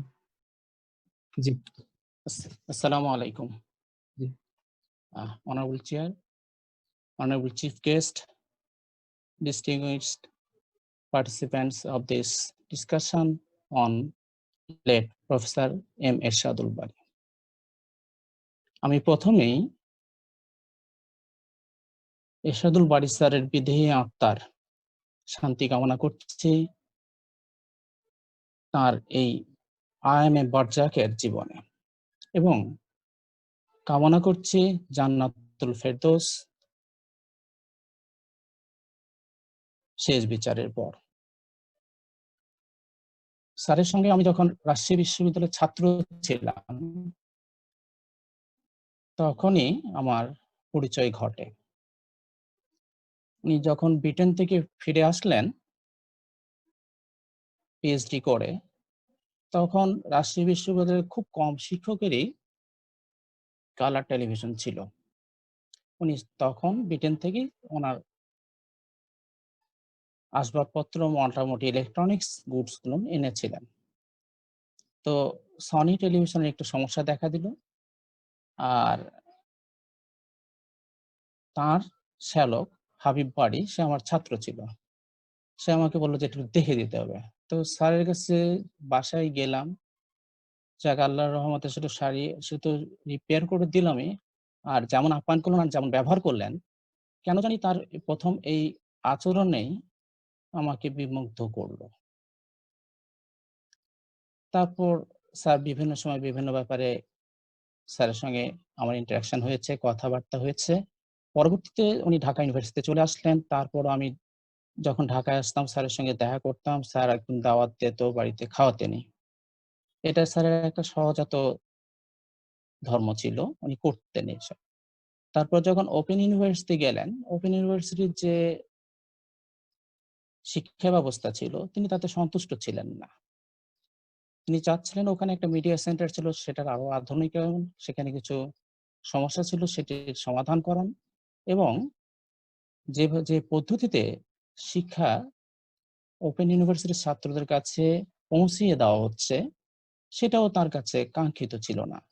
উনি আরো কিছু বিকল্প চিন্তা করছিলেন, আরো ইফেক্টিভ ভাবে ছাত্রদের শিক্ষা দান করবার জন্য। তারপর স্যার আমাকে বললেন কিভাবে, তা আমি বললাম যে স্যার তখন আমি যেহেতু ইলেকট্রনিক্স ছাত্র এবং পরবর্তী শিক্ষক, সেজন্য আমি বললাম স্যার এটি তখন 2001 সালের পরে 2002 কিংবা 3 সালের দিকের কথা বলছি। স্যারকে বললাম যে স্যার করা যেতে পারে ভার্চুয়াল ক্লাসরুম। তখনও কিন্তু ইন্টারনেটের এত রমরমা অবস্থা ছিল না। কনসেপশনটা স্যারকে দিলাম, স্যার খুবই বিমোহিত হলেন, তাহলে এটা করা যেতে পারে। যাই হোক, তারপর পরবর্তীতে স্যার জোর করেই আমাকে রাজশাহী বিশ্ববিদ্যালয় থেকে এই ওপেন ইউনিভার্সিটি আসতে বললেন, তুমি আমাকে হেল্প করো, তোমার বড় বিশ্ববিদ্যালয় থেকে রাজশাহী থেকে ওপেন ইউনিভার্সিটির মতো বিশ্ববিদ্যালয়ে আসবে এটা কাঙ্ক্ষিত নয়, তবুও দেশের স্বার্থে জাতির স্বার্থে আমাকে সাহায্য করার জন্য তুমি আসো, যাতে করে এখানে এরকম একটা ব্যবস্থা করা যেতে পারে যে আমাদের ছাত্ররা যে যেখানেই থাকুক না কেন সে শিক্ষকদের সরাসরি সাথ পেতে পারবে ভার্চুয়াল ক্লাসরুমে অ্যাটেন্ড করে ইলেকট্রনিক্যালি। যাই হোক, পরবর্তীতে আমি তো আসলাম, তারপর বিভিন্ন ঘটনার পর তো ওখানে উনি যে তার কৃতকর্ম স্মরণযোগ্য ভাবে রেখে গিয়েছিলেন তার মধ্যে একটা ছিল, যেটা আলোচনা অলরেডি এসেছে আলোচনায়, স্বাধীনতার মুরাল, যেখানে 52 সালের ভাষা আন্দোলন থেকে আরম্ভ করে স্বাধীনতা যুদ্ধ সবকিছুই সেখানে সন্নিবেশিত হয়েছিল এবং শেখ মুজিবুর রহমান সাহেবকেও সেখানে স্মরণ করা হয়েছিল। উনি চলে যাওয়ার পর, বিশ্ববিদ্যালয় থেকে চলে যাওয়ার পর গভর্নমেন্ট যখন পরিবর্তন হয় তখন তো আবার ওটা ভেঙে ফেলার একটা উদ্যোগ নেওয়া হয়। তখন আমি স্যারকে বললাম যে স্যার কি করা উচিত? বলছে দেখো, এটা তো একটা, আমি চলে এসেছি কিন্তু এটা তো এখন ন্যাশনাল প্রপার্টি, এটা কারো প্রপার্টি নয়, এই মুরালটা থাকা উচিত। যদি তারা বঙ্গবন্ধুর কিছু করতে চায় তাহলে তো অনেক স্পেস আছে, করতে পারে। সেই অনুযায়ী আমি তখন ওখানেও উদ্যোগ নিয়েছিলাম, যা ফলটা খুব একটা ভালো হয়নি, আমাকে সেখান থেকে চলে আসতে হয়েছে। চাকরিচ্যুত হয়ে চলে আসতে হয়েছে। যাই হোক, এইগুলো এই ব্যাপারগুলো স্যারের দূরদর্শিতা, যে তার নিজের সাবজেক্ট ল সম্বন্ধে আমি বলবো না, কারণ তার সেই পাণ্ডিত্য আপনারা সকলে বলেছেন, আমি নিজেও জানি। আর দুইটা ব্যাপার, তার সব জ্ঞানের সব সেক্টরেই তার একটা ইন্টারেস্ট ছিল। বিশেষ করে শিক্ষা সম্প্রসারণের ক্ষেত্রে আমি তার যে মানসিকতা দেখেছি, প্রত্যেকের দোরগোড়ায় পৌঁছাতে হবে। আর একটা জিনিস যেটা আমি তার খুব কাছে থেকে প্রত্যক্ষ করেছি, তিনি প্রত্যেকটা কথায় কোরআন এবং সুন্নাহর রেফারেন্স দিতেন। তার যে ব্যাপক জ্ঞান ছিল, কোনো সময় মনে হতো বোধহয় আরবিক লাইনের যারা শিক্ষা লাভ করেছেন বা ইসলামিক স্টাডিজের শিক্ষা লাভ করেছেন তারাও তার ধারে পাশে দাঁড়াতে পারবে না। এটা আমি তার খুব কাছাকাছি সান্নিধ্যে থেকে এই বিষয়গুলো প্রত্যক্ষ করেছি। আর কথার মধ্যে সবসময় একটা স্নেহ ভালোবাসা দিয়েই কথা বলতেন, রাগত স্বরে আমি কথা বলতে দেখিনি। এই তার গুণাবলী যদি বলতে শুরু করি, তাহলে একটা গল্পের কথা মনে পড়ছে, যে আপনারা জেনে থাকবেন যে ব্যাঙের বাচ্চা একদিন ব্যাঙের মা চলে যাওয়ার পর, বাচ্চার মা চলে যাওয়ার পর হাতি দেখে বিস্মিত হয়েছিল, বড় দেখে। তো পরে যখন মা আসলো, মাকে হাতির বর্ণনা দিতে গেল, মা তো আর বুঝতে পারে না, হাতি তো মা দেখেনি। তো ব্যাপারটা এরকম যে স্যার সম্বন্ধে যদি আমি ব্যাখ্যা দিই, যারা স্যারকে জানেন না তাদের কাছে তো তার মূল্যায়ন যথাযথভাবে হবে না। তো তার অন্যান্য দিক যেগুলো আপনারা বলেছেন সেগুলো আপনারা জানেন। আমি তার এই শিক্ষা অনুরাগী যে মনোভাব, সেটি আমার কাছে কোনোদিনই ভুলবার নয়। আর তার যার আচার ব্যবহার, ব্যক্তি জীবনে তার যে পাণ্ডিত্য কোরআন সুন্নাহ সম্বন্ধে, সেইগুলো আমাকে খুবই বিমোহিত করেছে, এখনো করে। যে সেই কথা কোনো সময় আমি রেফারেন্স দিই যে ওই স্যার কথায় কথায় কোরআন এবং সুন্নাহ রেফারেন্স দিতেন। আর কোনো কথায় আল্লাহ করে এই কথাটা উনি বলতেন, যে কোনো সময় আল্লাহকে স্মরণ ছাড়া কোনো ব্যাপারে উনি কথাই বলতেন না। যেগুলো একজন মুসলমান হিসাবে প্রত্যেকের চরিত্রে একটা সংশ্লিষ্ট বিষয় হওয়া উচিত, যাতে করে তার চিন্তা চেতনায় যে ইসলামিক লেবাস রয়েছে সেটি যেন সকলের কাছে প্রতিভাত হয়। তো স্যারের গুণ সম্বন্ধে আমি বলতে অত্যন্ত অপারগ, কারণ আমার সেই ভাষা বা জ্ঞান নেই। এছাড়াও স্যারের ওয়াইফ, আমি তাকে আপা করে ডাকি, উনি এত স্নেহতুল্য ভাষায় কথা বলেন, সব সময় ভাই ভাই, কোনো সময় নাম ধরেও বলেন না আমাকে। আর স্যার ছেলে মেয়েকে তো আমি দেখেছি খুব কাছে থেকে, ওরা খুবই ভদ্র, আঙ্কেল আঙ্কেল করে কথা বলতো আমার যখনই কথা হয়েছে তখনই। এসব ভোলার নয়। তো স্যার চলে গেছেন, স্যারের যে শিক্ষা রেখে গেছেন, সেই শিক্ষা যদি আমরা আমাদের দেশ এবং জাতির জন্য সম্প্রসারিত করতে পারি, তাহলে দেশ জাতি উপকৃত হবে। আর যে ধর্মীয় জ্ঞান দিয়ে গেছেন সেটি যদি আমরা যথাযথভাবে পালন করতে পারি, তাহলে আমার বিশ্বাস যে আমাদের জন্য জান্নাতুল ফেরদৌস অবধারিত।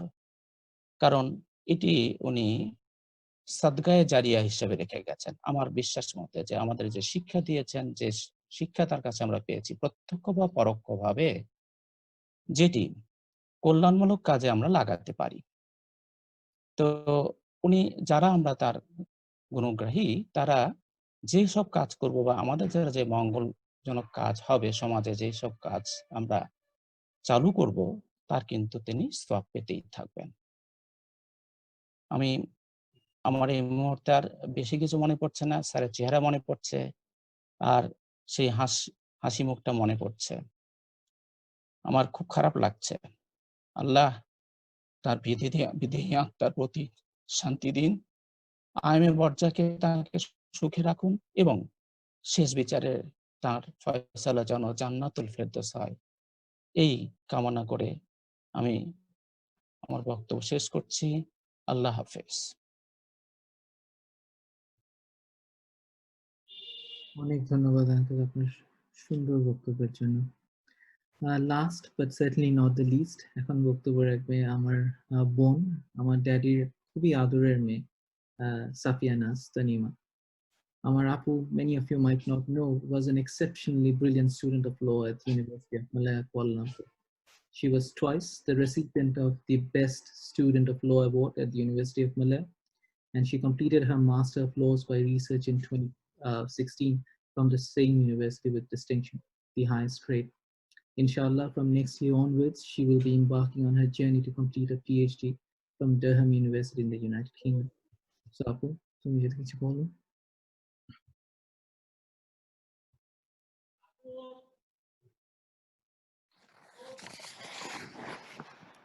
আসসালামু আলাইকুম। প্রথমেই ধন্যবাদ দিতে চাবো আমার ভাইয়াকে এত সুন্দর করে ইন্ট্রোডাকশন দেওয়ার জন্য। আর কৃতজ্ঞতা জানাতে চাচ্ছি honourable chief guest barrister Jamiruddin Sarkar স্যারকে এবং ডিস্টিংগুইশ গেস্টদের যে আপনারা আপনাদের বিজি শিডিউল থেকে টাইম বের করে আব্বুর জন্য আয়োজিত এই মেমোরিয়াল ইভেন্টে আপনারা উপস্থিত আছেন এবং আব্বুর শিক্ষাগত এবং প্রশাসনিক অর্জনগুলোকে আপনাদের মূল্যবান বক্তব্যের মাধ্যমে আপনারা এত সুন্দরভাবে তুলে ধরেছেন সেই জন্য। আব্বু তার ৩৬ বছরের শিক্ষাগত জীবনে দেশে বিদেশে অনেক মানুষের জীবনকে প্রত্যক্ষ এবং পরোক্ষভাবে ছুঁতে পেরেছেন, সেটা দেখে সন্তান হিসেবে আমরা অত্যন্ত গর্বিত। ওনার ছাত্ররা বিশ্বের বিভিন্ন দেশে অনেক প্রেস্টিজিয়াস পজিশন হোল্ড করেন এবং অনেক সম্মানের সাথে তার কথা মনে করেন দেখে আমরা অত্যন্ত আবেগ আপ্লুত। আব্বু বাংলাদেশের বিভিন্ন ইউনিভার্সিটির পাশাপাশি মালয়েশিয়ার কুয়ালালামপুরে অবস্থিত ইউনিভার্সিটি অফ মালায়াতেও তার জীবনের শেষ 4টি বছর শিক্ষকতা করেছেন। আব্বু ওখানে 2টি সাবজেক্ট পড়াতেন, international human rights and humanitarian law and comparative constitutional law. আব্বু চলে যাবার পরে faculty of law university of Malaya একটা কন্ডোলেন্স বুক ওপেন করেন, যেখানে আব্বুর কলিগস অ্যান্ড স্টুডেন্টসরা কিছু সুন্দর মেসেজ লিখে গিয়েছিলেন। যেহেতু এখানে এই অনুষ্ঠানে আজকে আব্বু রাজশাহী বিশ্ববিদ্যালয়, ঢাকা বিশ্ববিদ্যালয় এবং উন্মুক্ত বিশ্ববিদ্যালয়ে কিভাবে কন্ট্রিবিউশন করে গিয়েছেন সেটা তুলে ধরা হয়েছে, তো আমি চাবো যে ইউনিভার্সিটি অফ মালায়ার কলিগসরা এবং স্টুডেন্টসরাও আব্বু সম্পর্কে কি ভাবতেন সেটি আপনাদের সাথে শেয়ার করার জন্য। তো প্রথমে আমি ডক্টর গান, আব্বুর কলিগ একজন, তিনি কন্ডোলেন্স বুকে কি লিখেছেন সেটা তুলে ধরতে যাব। তার আগে একটু বলে নিই যে ডক্টর গানচি জুয়ান, উনি সেই সময় ফ্যাকাল্টি অফ ল এর সিনিয়র প্রফেসর ছিলেন এবং উনি আমাকে এলএলবি অনার্সের সেকেন্ড ইয়ারে অ্যাডমিনিস্ট্রেটিভ ল পড়িয়েছেন। Even though he was a senior professor himself, উনি যখন শুনেন যে আব্বু হিউম্যান রাইটস ল অফার করছেন পোস্ট গ্রাজুয়েট লেভেলে, তখন উনি অ্যাজ আ স্টুডেন্ট আব্বু ক্লাস অ্যাটেন্ড করা শুরু করেন and he continued to do that for the whole of the semester. So আব্বুর কন্ডোলেন্স বুকে উনি লিখেছেন যে prof Bari, I studied international human rights law through your dedicated teaching. I have matured into a better human rights lawyer. I will always remember and cherish your teaching and advice for the remainder of my life.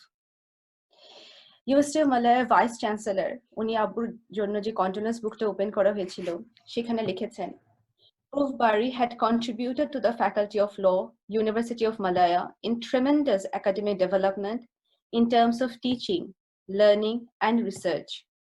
Your demise is a great loss for Bangladesh as well as the University of Malaya.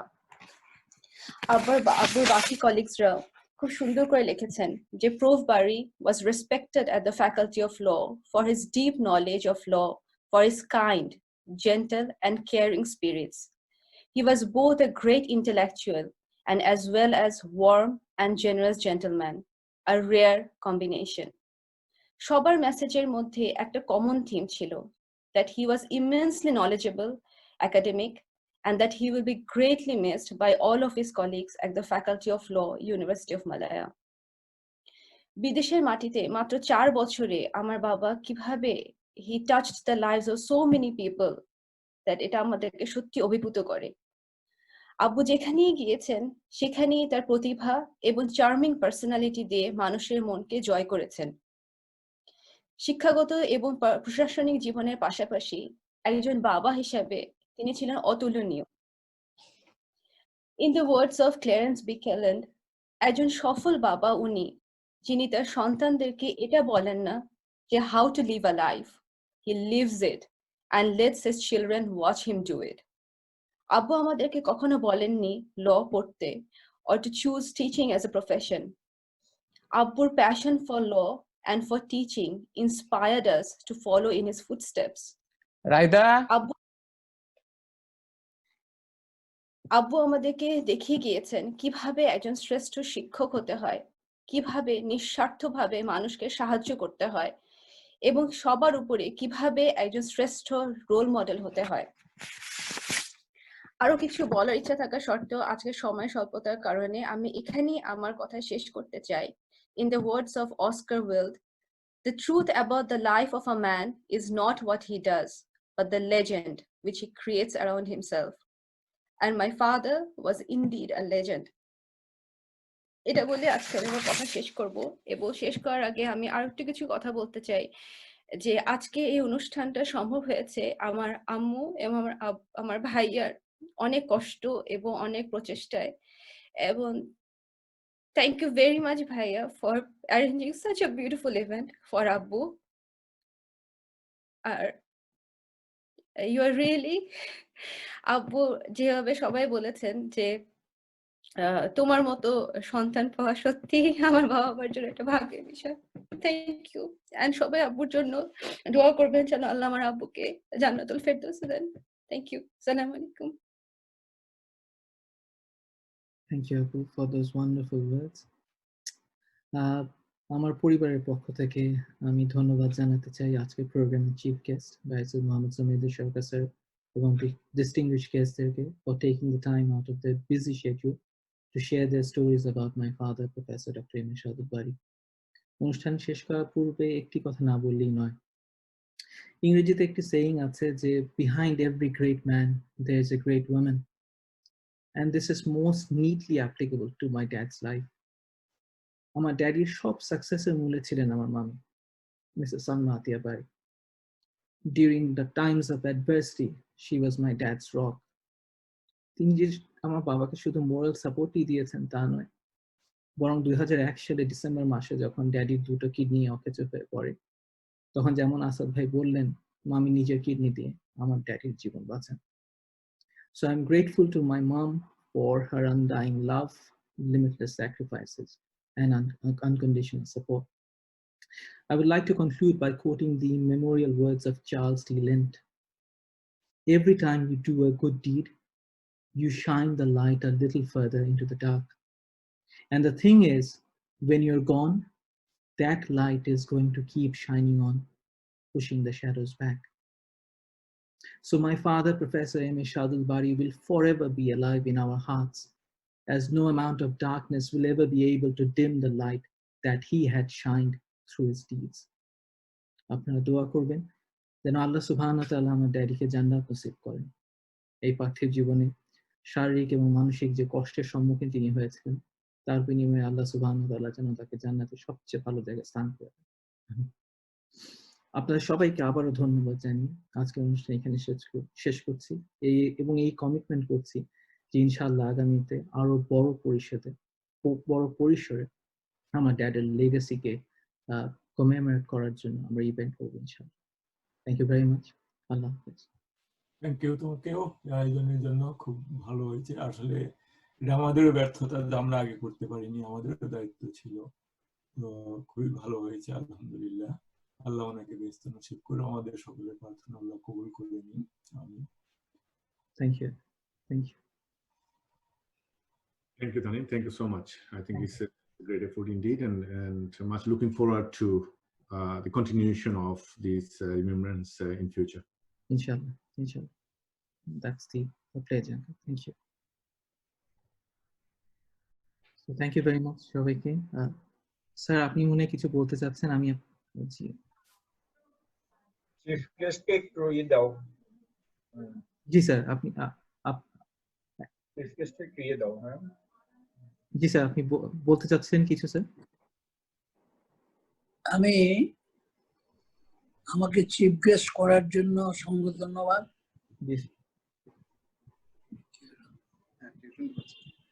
আমাকে chief guest করার জন্য আপনাকে অসংখ্য ধন্যবাদ। আমি আপনার আম্মাকে পিছনে দেখতে পাচ্ছি, আপনার বোনকে আমি দেখলাম। আমি দোয়া করি খোদার কাছে আপনারা